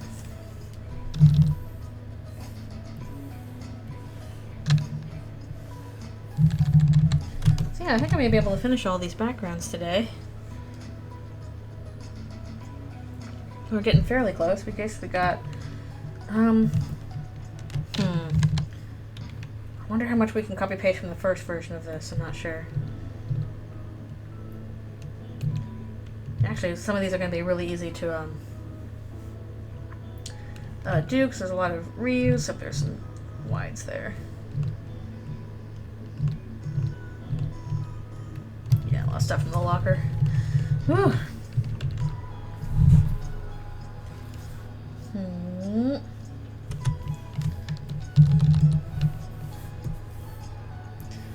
Since Chris is...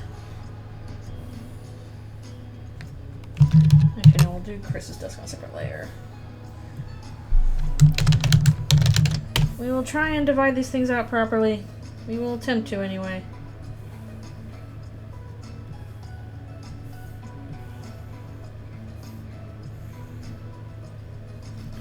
NLP soundtrack is good. Daniel Ingram and all the others worked super hard on it. I still listen to stuff when I'm working. Because it's good. That's what I say.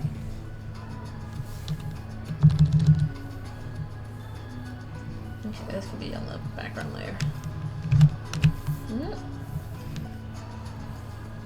No! Why did I do that?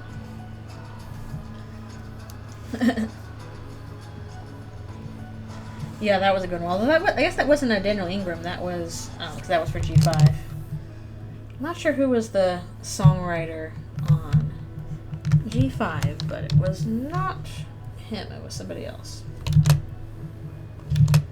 Daniel Ingram went on to do stuff for Strawberry Shortcake, which I also worked on. It was very good.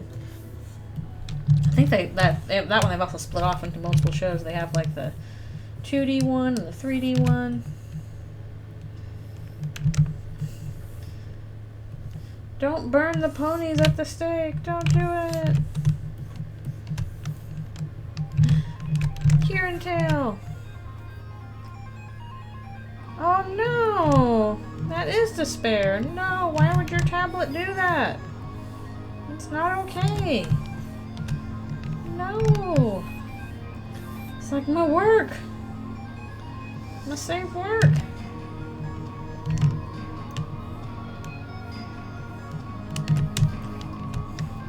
Also, I really like Kieran Tail because that was one of my favorite songs I got to storyboard. I worked really hard on Kieran Tail and I'm really happy with how it came out. Yeah, Rare Jack is canon in Equestria Girls, and Rainbow Dash and Applejack became canon in Friendship is Magic. And I can say that. I was there. It's true. That was the intention.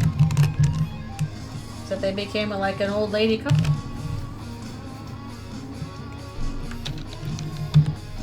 Well, I'm sure Hasbro would be like, well, this is what the artist wanted. I was there when they kissed. How can they be polycule if they're in different universes, though? Because Equestria Girls is different universe than regular pony canon. And no, not Fluttershy. Pinkie Pie married Weird Al. She didn't just marry Weird Al. She had a kid with Weird Al. Don't forget that part. Pinkie Pie married Weird Al and had a kid with him, canonically, in My Little Pony.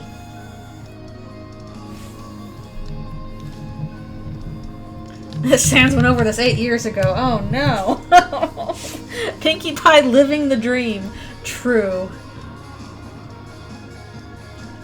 She was always my favorite pony for a reason.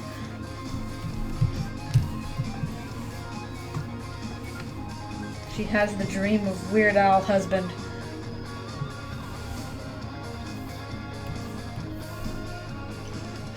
Side Network said, stole your waifu. You know what? He should be allowed to do that. And also, like, if my waifu was going to be stolen by anybody, like, it should be Weird Al. I'll be like, yeah, I respect that. You're allowed to steal my waifu, Weird Al.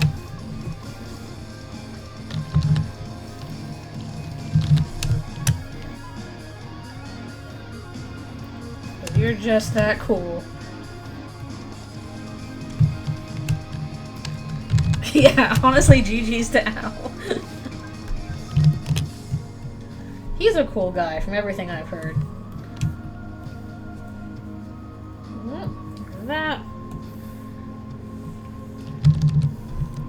I was the one that wanted them to have a grown-up Gummy there. And they're like, well, we don't really know if we can, have, a new model for Gummy, because they were already totally strapped for new characters just for this finale, and that was a lot to put on the design team and the builds team. So they just kind of made Gummy really big. He still looks like Gummy, but now he was just like a big gator. But I'm glad at least that got it. I'm like, they should have Gummy there, and Gummy should be grown up. So they had grown-up Gummy, which is the same as regular Gummy, but big. Okay. Chris desk, cool. Oh wait, we gotta do the front chair.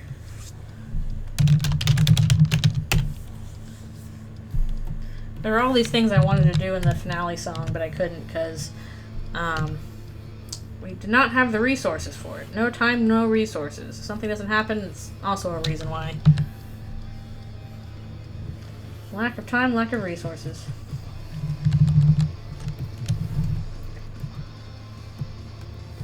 And that's usually the case with especially with TV. She runs towards camera. Okay, let's see if I can copy this. I'm worried this might be, hello. I'm worried this might be too big. It might make the line work too big for it, but we'll give it a shot.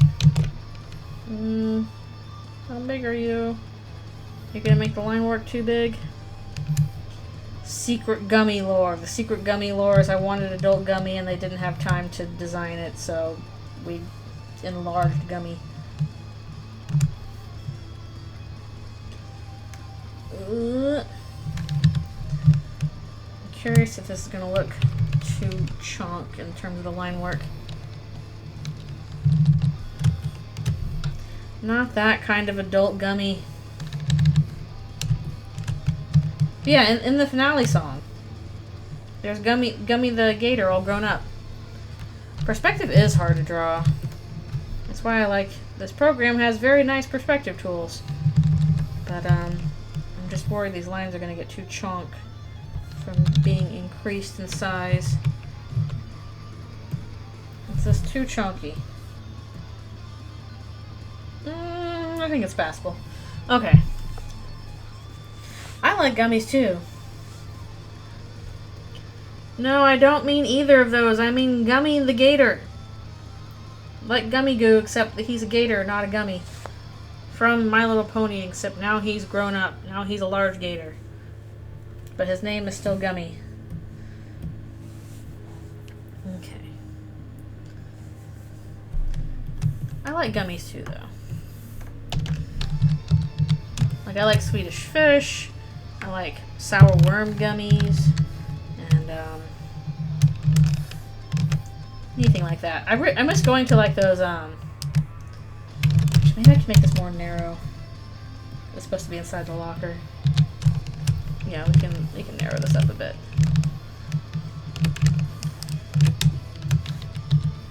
I miss those big, like, sugar factory places where you could go and just, like, get a whole bunch of, like, various gummy candies and you put them in a bag and then they weigh them and you get your giant sack of fancy sugar stuff and gummies and all that business.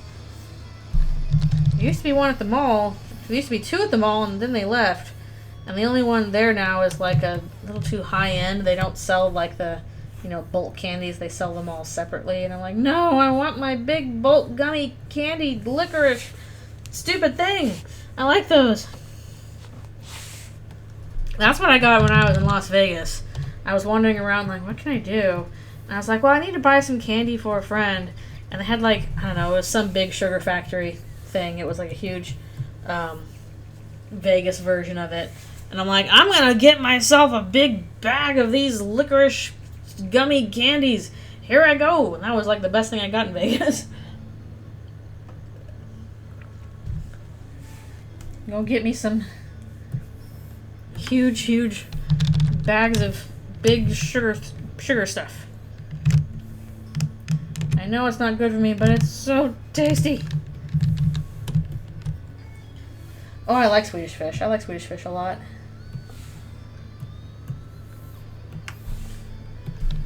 Swedish Fish are good gummies.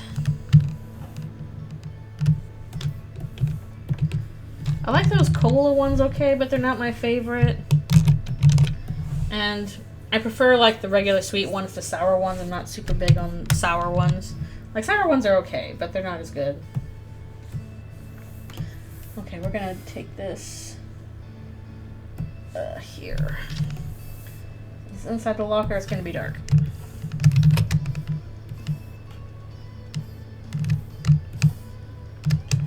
Yeah, I like Swedish Fish. I like them Haribo gummies. Those are good. Maybe we should do this a little darker. How about this?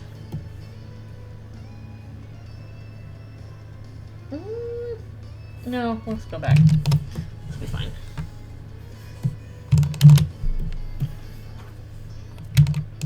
Okay, we're going to use this a couple times. So that's going to help us charge through this. Yeah, we might actually finish this kind of early-ish.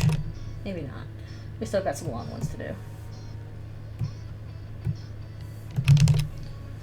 Make that a little bit bigger.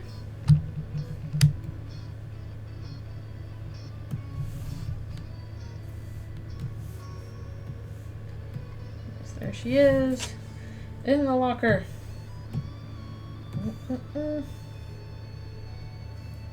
Actually, we're almost done with these. Yeah, we have basically 2 kind of hallway shots left to go. Holy crap. Opens. Woo! Okay, yeah. I think it's about time for another stretch break for me, if I recall correctly. And then we'll do these last backgrounds and we'll see if there's anything else left to do. But we're close to finishing. Which, yay! Backgrounds will be done, and then I can poke at some of the rough character work. At least anything that doesn't require the voice acting.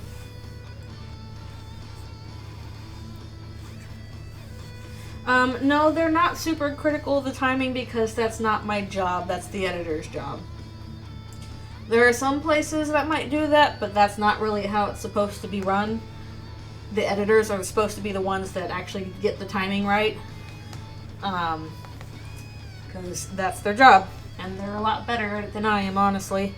Usually when I make my boards, I space stuff out too much. And if you actually look at an animatic, everything is actually timed properly. And is a lot snappier, basically. And that is a skill I would need to work on. Honestly, this is a good place to work on that skill. I'm going to try my hardest because I don't really have an editor in this case, so I'm going to have to do the editing aspect myself. So I'm going to try real hard to do what they do and make the timing good. But usually with my job, that's not my job, so they don't care. They're just like, do all the shots work? Is the composition good? Does everything flow? Is your acting on point? Stuff makes sense, all that stuff. The timing is somebody else's department. And that's gonna get changed a lot as you go on too, because usually you have to stick with a certain runtime. So a lot of stuff gets trimmed down and cut to make sure that you get your runtime. It's easier to cut stuff than it is to add stuff in, so your board's almost always longer than the actual episode is. Alright, be right back for one more stretch.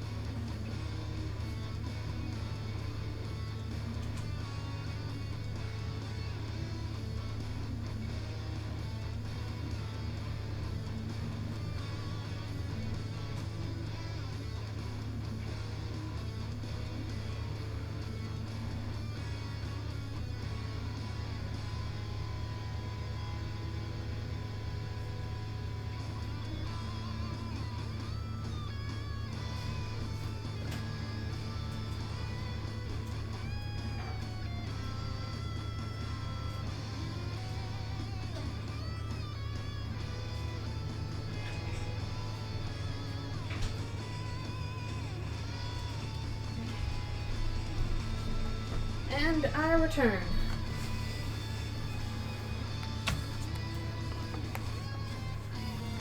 Return to the stuff. Yeah, editing is always a tricky venture. It's very important. People often underestimate the importance of good editing. Okay.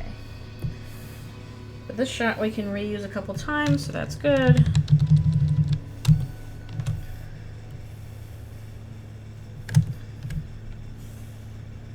There's some super stark one-point perspective going on here.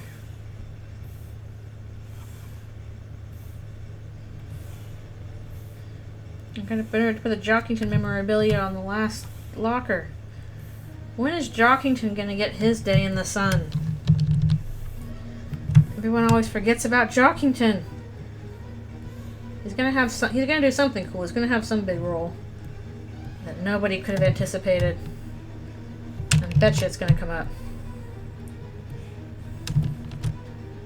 But what it is, we'll have to see.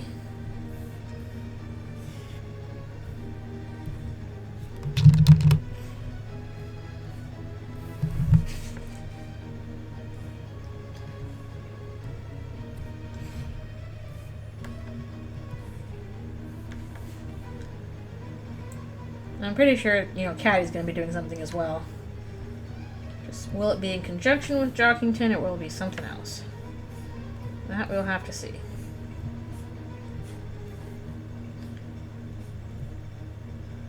Actually, no, I think I can use this. Yeah. Man. Come on.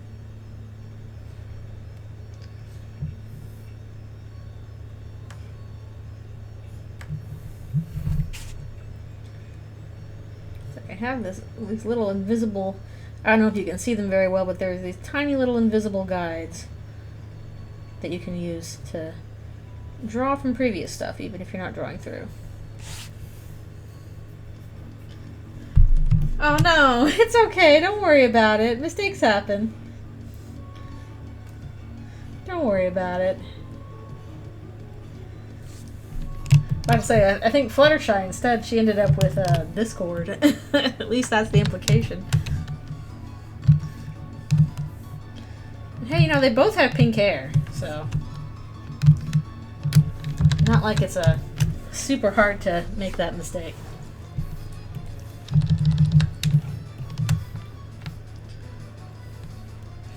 Oh, that's a hot take. I'm sure you're not the only one. That's just how things ended up progressing in the show anyway. Yeah, same VA too. I'm always so impressed with like the range that VAs have. I can't voice act my own stuff. I'm way too self-conscious about it. Like, I did a little bit of scratch for Rainbow Dash at one point on the movie, and I was like, I hate this! I sound terrible! Ah! Goodbye forever.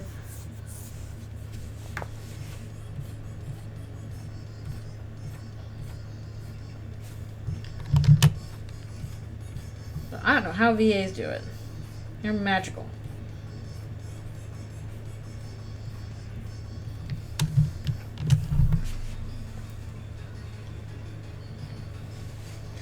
Ah yes, the many accursed series on the internet. We were aware of those. For better or for worse.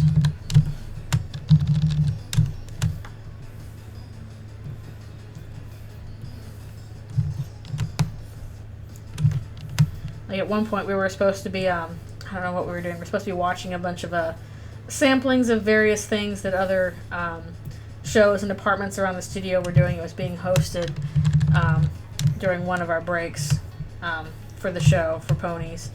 And then eventually we were kind of getting tired of watching Fireman Sam, I think it was, because the studio makes it. And then the director was like, hey, so you guys want to watch a bunch of bronies cry? And we're like, yeah! And so we pulled up a bunch of reaction videos to the Perfect Pair episode, the one about Applejack's parents, and like all the bronies react to that. And you know, people crying about it. We were like, heck yeah, this is great. We made you feel the emotions that we wanted to.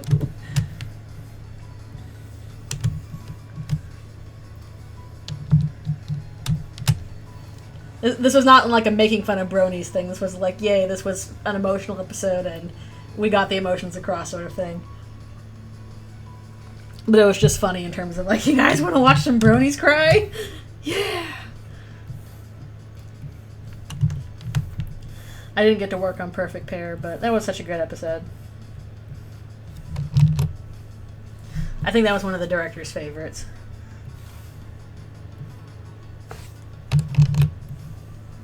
I should rewatch some stuff. It's been a long time. I wanted to like draw some pony stuff recently. I was like, oh man, I really want to draw Autumn Blaze. I haven't drawn her in so long. And I'm like, am I allowed to do that? Or is Hasbro gonna look angrily in my direction? You can't really ask for specific episodes. I actually did ask to work on the finale because I wanted to. So they honored me for that, but for the most part, no, you don't get to decide which episodes you work on. They schedule you out with certain directors, certain episodes at the start of the season. And then you just do that with your partner. Like on the show I am now, like I have an episode about every 4 full episodes. But I'm not in control of what they are. It's just like, this is your new episode. Blah, blah, blah, blah. And you're like, okie dokie. So yeah, with very rare exceptions, no, you don't get to choose. Yeah, you take what's given. Because you gotta schedule stuff with a bunch of other... You gotta schedule stuff with a bunch of other artists as well. Yeah, I really like drawing Autumn Blaze. Yeah, the 3D spatial tools are really useful here. They're super good. That's why I like doing a lot of my backgrounds in this program, is because they're super nice. Yeah, that's the problem. I'm afraid Hasbro would strike me down. They're really picky about that. They are picky. Especially, I think, like, because, like, in the early days of ponies, I don't think Hasbro was paying very close attention to it. So, like, some of the board artists and stuff, like, had their own pony sonas in the show. They would show up as background characters. Like, one of my partners, she had a little pony sona because she started since, like, season 1. So she, like, put in her pony sona and stuff like that. And then after, like, I don't know, season 5 or something, they cracked down on that really hard. And they did not want any, yes, it was Sibsy. It was Sibsy. We were partners on, like, 2 episodes. And then our schedules kind of drifted away from that. But yes, because Sibsy had her pony sona and some background stuff. But after, I don't remember what it was, like season 5 or something like that, they really cracked down on it, and they didn't want people's pony sonas or stuff in there anymore. That they wanted all of the, any like background ponies or new ponies, they wanted those like approved.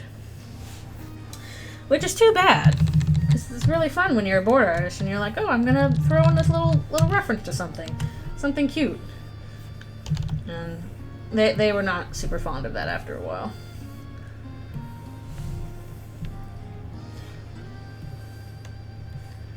But they let us get away with some stuff. Like later season, there was that Walter White pony who shows up in the background. That was approved, I guess. But they're probably thinking, okay, kid's not going to know who Walter White is.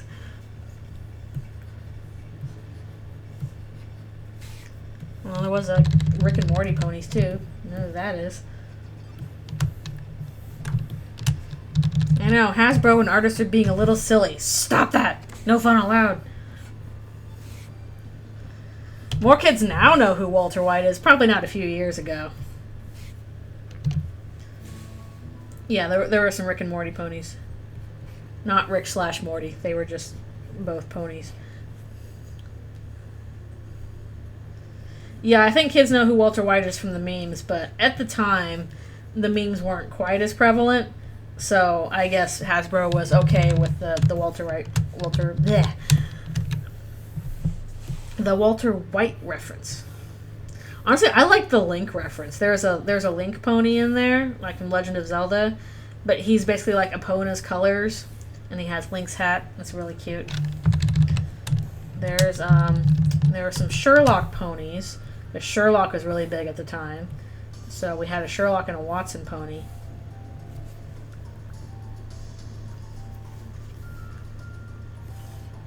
Yeah, it's the guy who falls down in the meme. That's Walter White.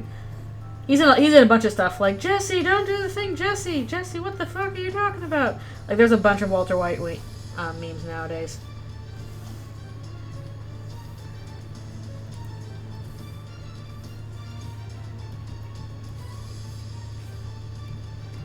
Actually, when I was working on the first, and also Hank, yep. When I was working on the first Las Vegas episode, there was a bunch of references they allowed in there. There was like a Celine Dion pony.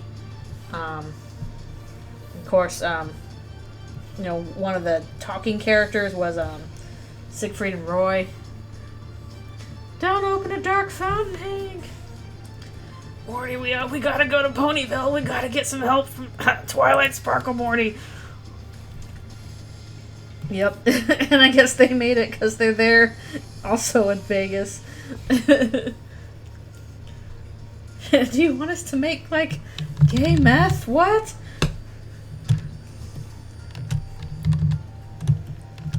So many memes. The vanishing point. Help! Ah! I don't know if I can draw ponies or not. Sometimes I think, well, I'm not under NDA anymore. Maybe I can draw ponies. But then I've heard, like, of artists that draw ponies getting Hasbro giving them a stink eye, so Hasbro might hate me if I drew some ponies. It's time for method beer. Hasbro might hate me if I tried to draw Autumn Blaze, even if it was just a cute, yeah, here's Autumn Blaze, and I love her kind of thing. Gosh darn.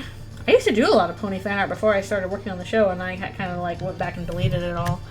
Because I was like, oh, they're probably not going to like this. So, goodbye, fan art. You're gone forever. Well, probably.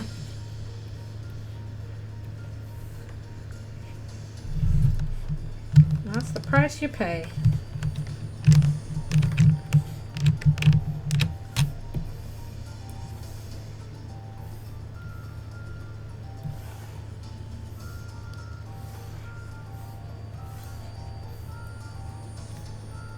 Walter, I need estrogen meme.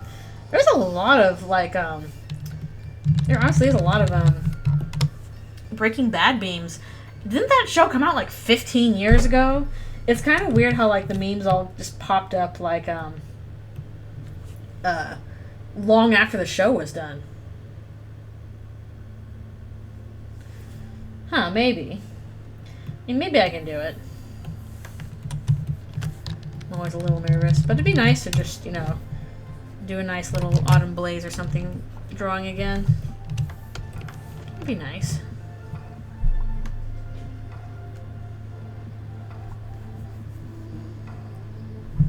That's true. The lens of memes.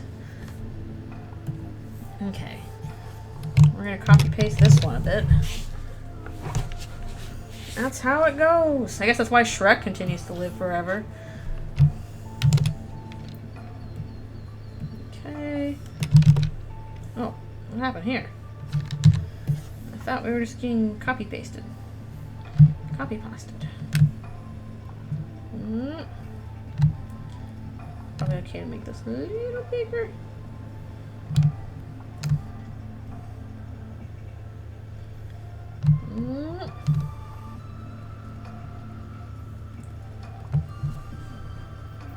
I wish I could, like, know the exact proportions by which to enlarge these guys.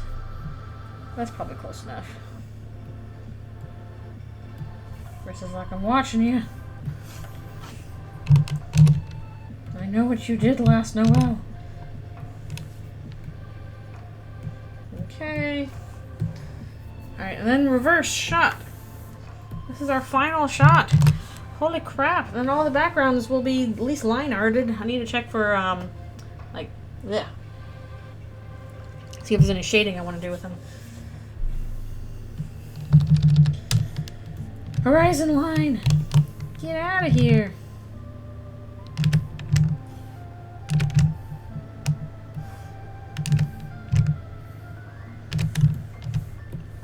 It's really hard. Do that. It's this close to the horizon line. No!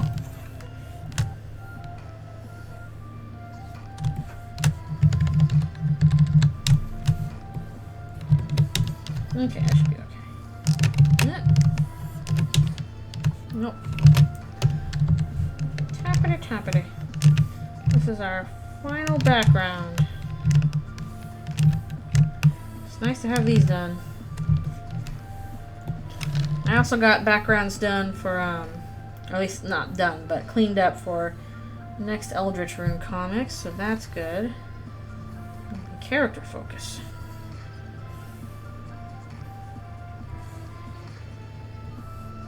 What's going on there? Let's try this. That's better.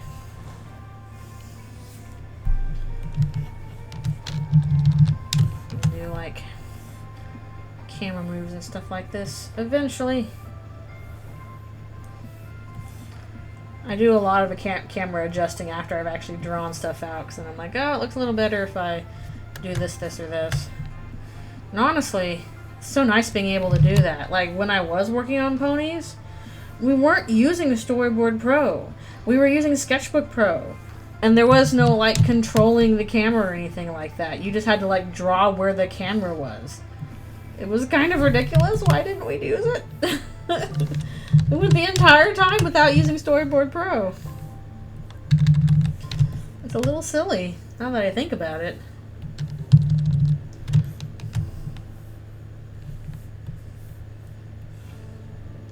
It's not like it didn't exist at the time.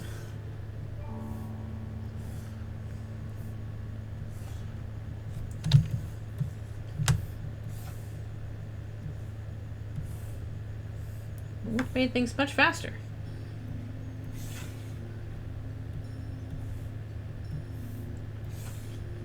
I didn't start using it until like worked on Dorg, which was a little frustrating because I had not used Storyboard Pro before. And they're like, we're using Storyboard Pro for this show, and I'm like, okay, I haven't used that before. What do I do?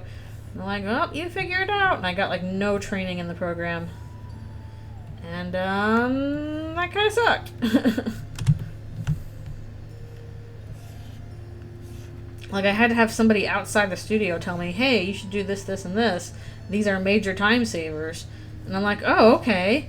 I didn't even know these existed. Nobody trained me on the program. I'm a little annoyed about that still.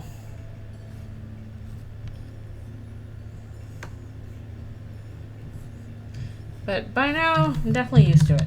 So it's all good.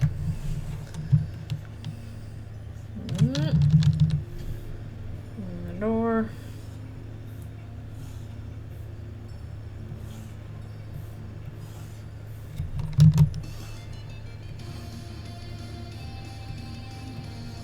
We're gonna do the weird doorknob.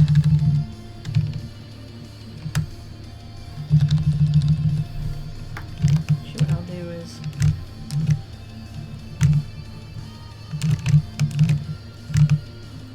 I really want to have her eye sticking out from here. Like a pop-up. Hopefully I'll be able to do that from here.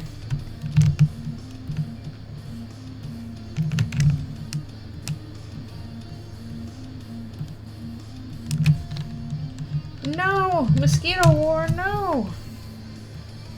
Those are annoying. I think mosquitoes... I could never live in the Midwest. I think mosquitoes would kill me. Every time I've gone outside here, where there's not many mosquitoes, there's only a few, I've noticed they tend to hone in on me. They really like my blood. I never got to go to a pony convention. I wish I had. I would have liked to go to a pony convention, but I never got invited. So I've gone to no brony cons. Usually when they invite people, they invite, you know, like, the voice actors and the writers and directors, and then the horse famous people like the musicians. But I never got invited, so I never went to one. Which is too bad.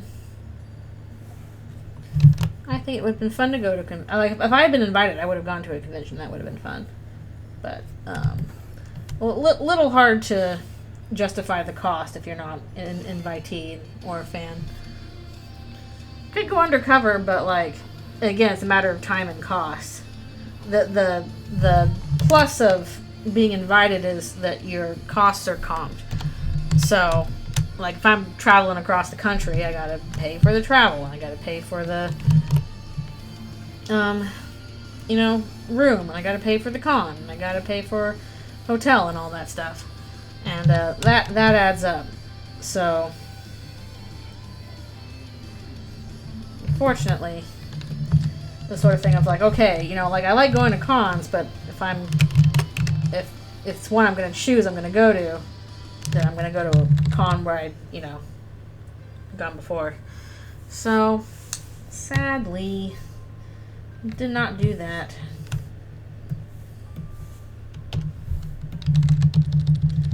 I got invited to a con once. Not it wasn't a pony con. It was like a very small kind of local con for.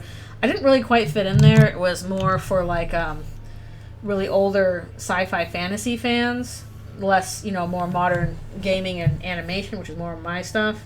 So I didn't quite have anything to talk about, but I was on a couple panels there because I was an invited guest, and at least there was one furry there who was excited about me being there because I worked on ponies, and that was like, everybody else was like, okay, and then there was the one excited furry. I don't know who they were, but they were excited about, about me, and that was it. So I was like, yay, there's one of you.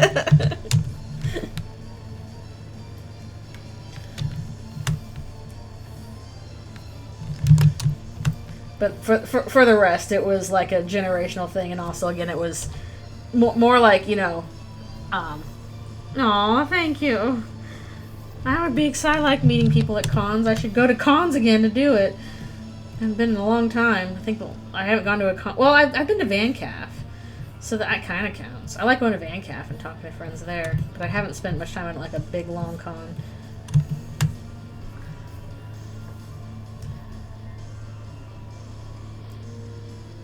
Oh, that's cool. Oh, cool. Yeah, I didn't, I never went to any cons. So this was a one in Richmond? I could have gone to that. Man. Which one was it? What was the con in Richmond? What was it called? So I'm trying to think of all the con names. Like, I know there was the big one was BronyCon, and there was like I think it was Everfree Northwest was the one in the Northwest. BronyCan. Okay, I hadn't been to that one.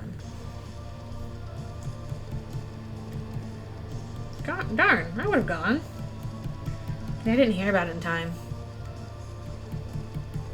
Well, it's clearly playing off of the original BronyCon. There were some clever names there. There was like Sequestria, that was cute. Again, Everfree Northwest, cute. Baltimore, and anytime they can use, or Winnie City, anytime they can use like the city names, make it a pony name. Cute.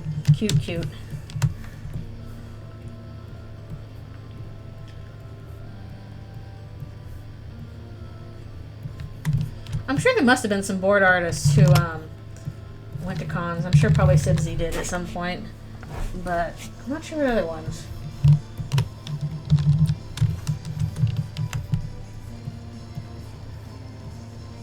I'm trying to think of I'm not sure how many artists stayed through like all the seasons, because I didn't join until season 6. I wasn't there for the early seasons. Oh, there is a Van Hoover. Okay.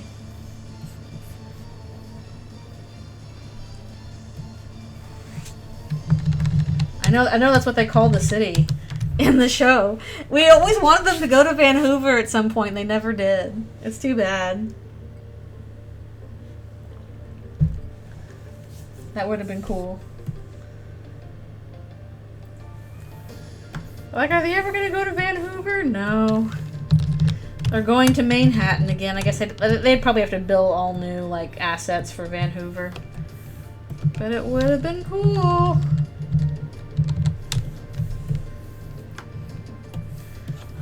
Building new assets, that's always the hard part. Okay. Well, if there's ever a PonyCon in the future, I'll go to that. I do need to go to more cons. Again, I've mostly just gone to VanCaf because I can just pop by there and it's free, and I buy a bunch of books from my friends who are selling there. Okay. Wow, what can I do with this? Because we've run through everything. Let's do a little save. I did save, right? Yes. I'm gonna go through here real quick, see if there's any like shading I should do on some of these. You can see some of my early thumbnails. Plus I'll need to know what the characters are doing here eventually anyway. There's a little drift pan. Well, I think I changed the angle on that. I don't know if I want to do more extensive lighting. I think I want to keep the lighting pretty basic for the most part.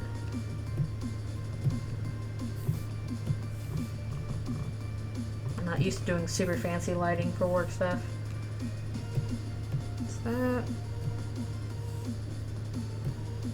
And she's looking through the window. Do I not have the window thing on here? Yes, I do. Okay, I do. Probably gonna stay the same. That. Put your boots down on the desk. Chris goes snooze. Yeah, Chris snooze, you lose. And I might have to adjust the camera on that one. No, wait, no, I don't have to, because this is the front desk, this is the mid desk, so Chris is still decently in the 2/3 range. Okay. Bloop. Change the scene on that. More drift pans. I just realized, shoot, those are kind of far apart actually. Oh well, it'll work. That. I was like, holy crap. And that. Has my art ever been compared to food? I feel like this was a Tumblr ask at one point and somebody said buttered toast, which I like buttered toast. I like nice warm buttered toast. I could have some of that now. But otherwise I don't know. It's been any other kind of comparison. Live here. Eye dart. Trying to decide if maybe I could do like might do like some multiply layers or something. Whoop. Chris does the cool block. More while watching. Okay. Trying to check what all this stuff is. Actually, I think we can start a little bit of like. I'm gonna build darknesses. This.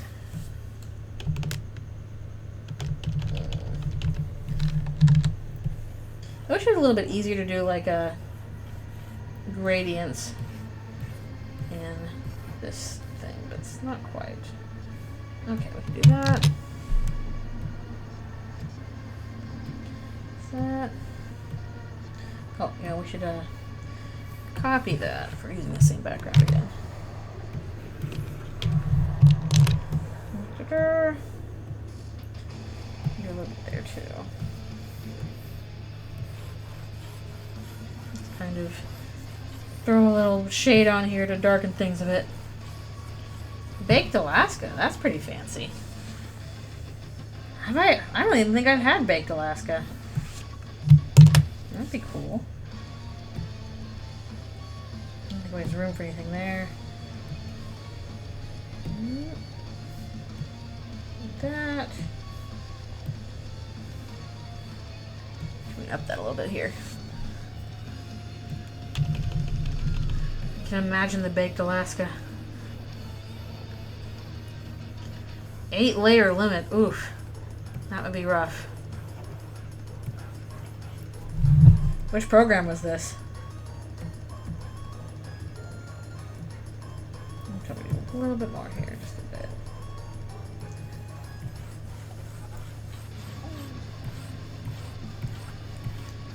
So I feel like I might have heard of an 8-layer limit, but that's pretty rough, depending on what you're doing.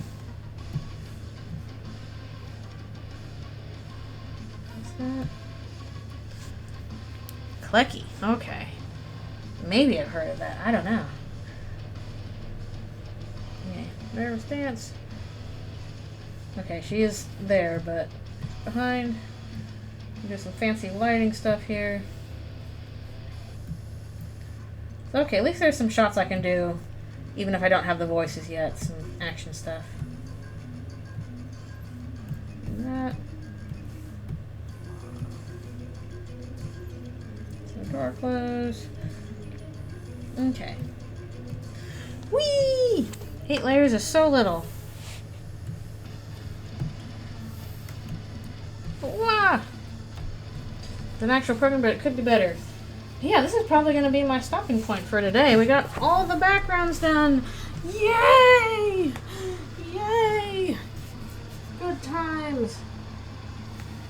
Now I can poke away at character stuff, either on this or on the next Eldritch Rune, because I'm kind of poking at that too. And or at the end game stuff. I'm basically trying to do this and regular Eldritch Rune and Eldritch Rune end game stuff all at the same time. So I'm kind of poking at stuff day by day. But yes, really good progress, and it's fun talking about boards and stuff with all of y'all. And thank you for new follows and new subscribers. I super appreciate it. So this has been an excellent stream. Yeah, thank you for coming to chat. I'm excited to finish this too. It's nice to do just one of these where like I get to decide what to do with it instead of being like, okay, I gotta do it the director once. And I'm like, no, I'm the director now. I get to decide how to do it. Haha. I'm glad you can make it too. I should be doing, I think I should do another one next weekend. But I know next week is going to be a little crazy because I think that's around Canada Day. So many backgrounds. I know, there's a lot of shots in this. This is like 53 shots. That's more than usual. So this is probably like a 3-4 minute thing. So many backgrounds, but they got to be done because without it, stuff doesn't look as good.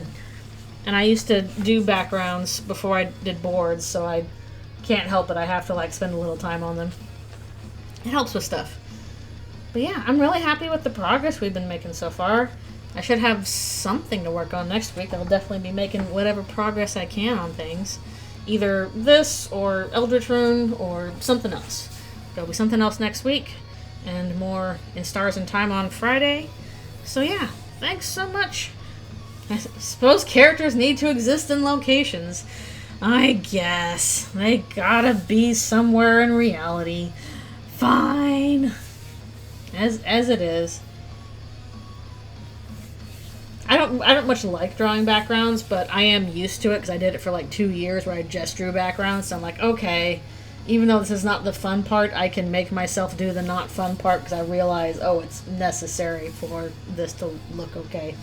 I have to do locations. They can't just exist in the void like poor Des or Gaster or all that. That's why working on Skybox was fun, because I'm like, they're in the sky. There's just clouds back there. Yay, this is easy. Alas, alack, it can't all be Skybox. Ooh, but yeah, really good progress. Really good stream. Thanks so much for coming and for chatting with me. I had a great time and got a bunch done. And there'll be more of this in the future as I make more progress on it. Thank you guys so much. I appreciate you being here. And I hope that the rest of your weekend goes really well. And the rest of your week goes well as we're getting into summer stuff. So yeah. I will see you guys all next time. Thanks a bunch for coming once again. And I'll see you later. Goodbye.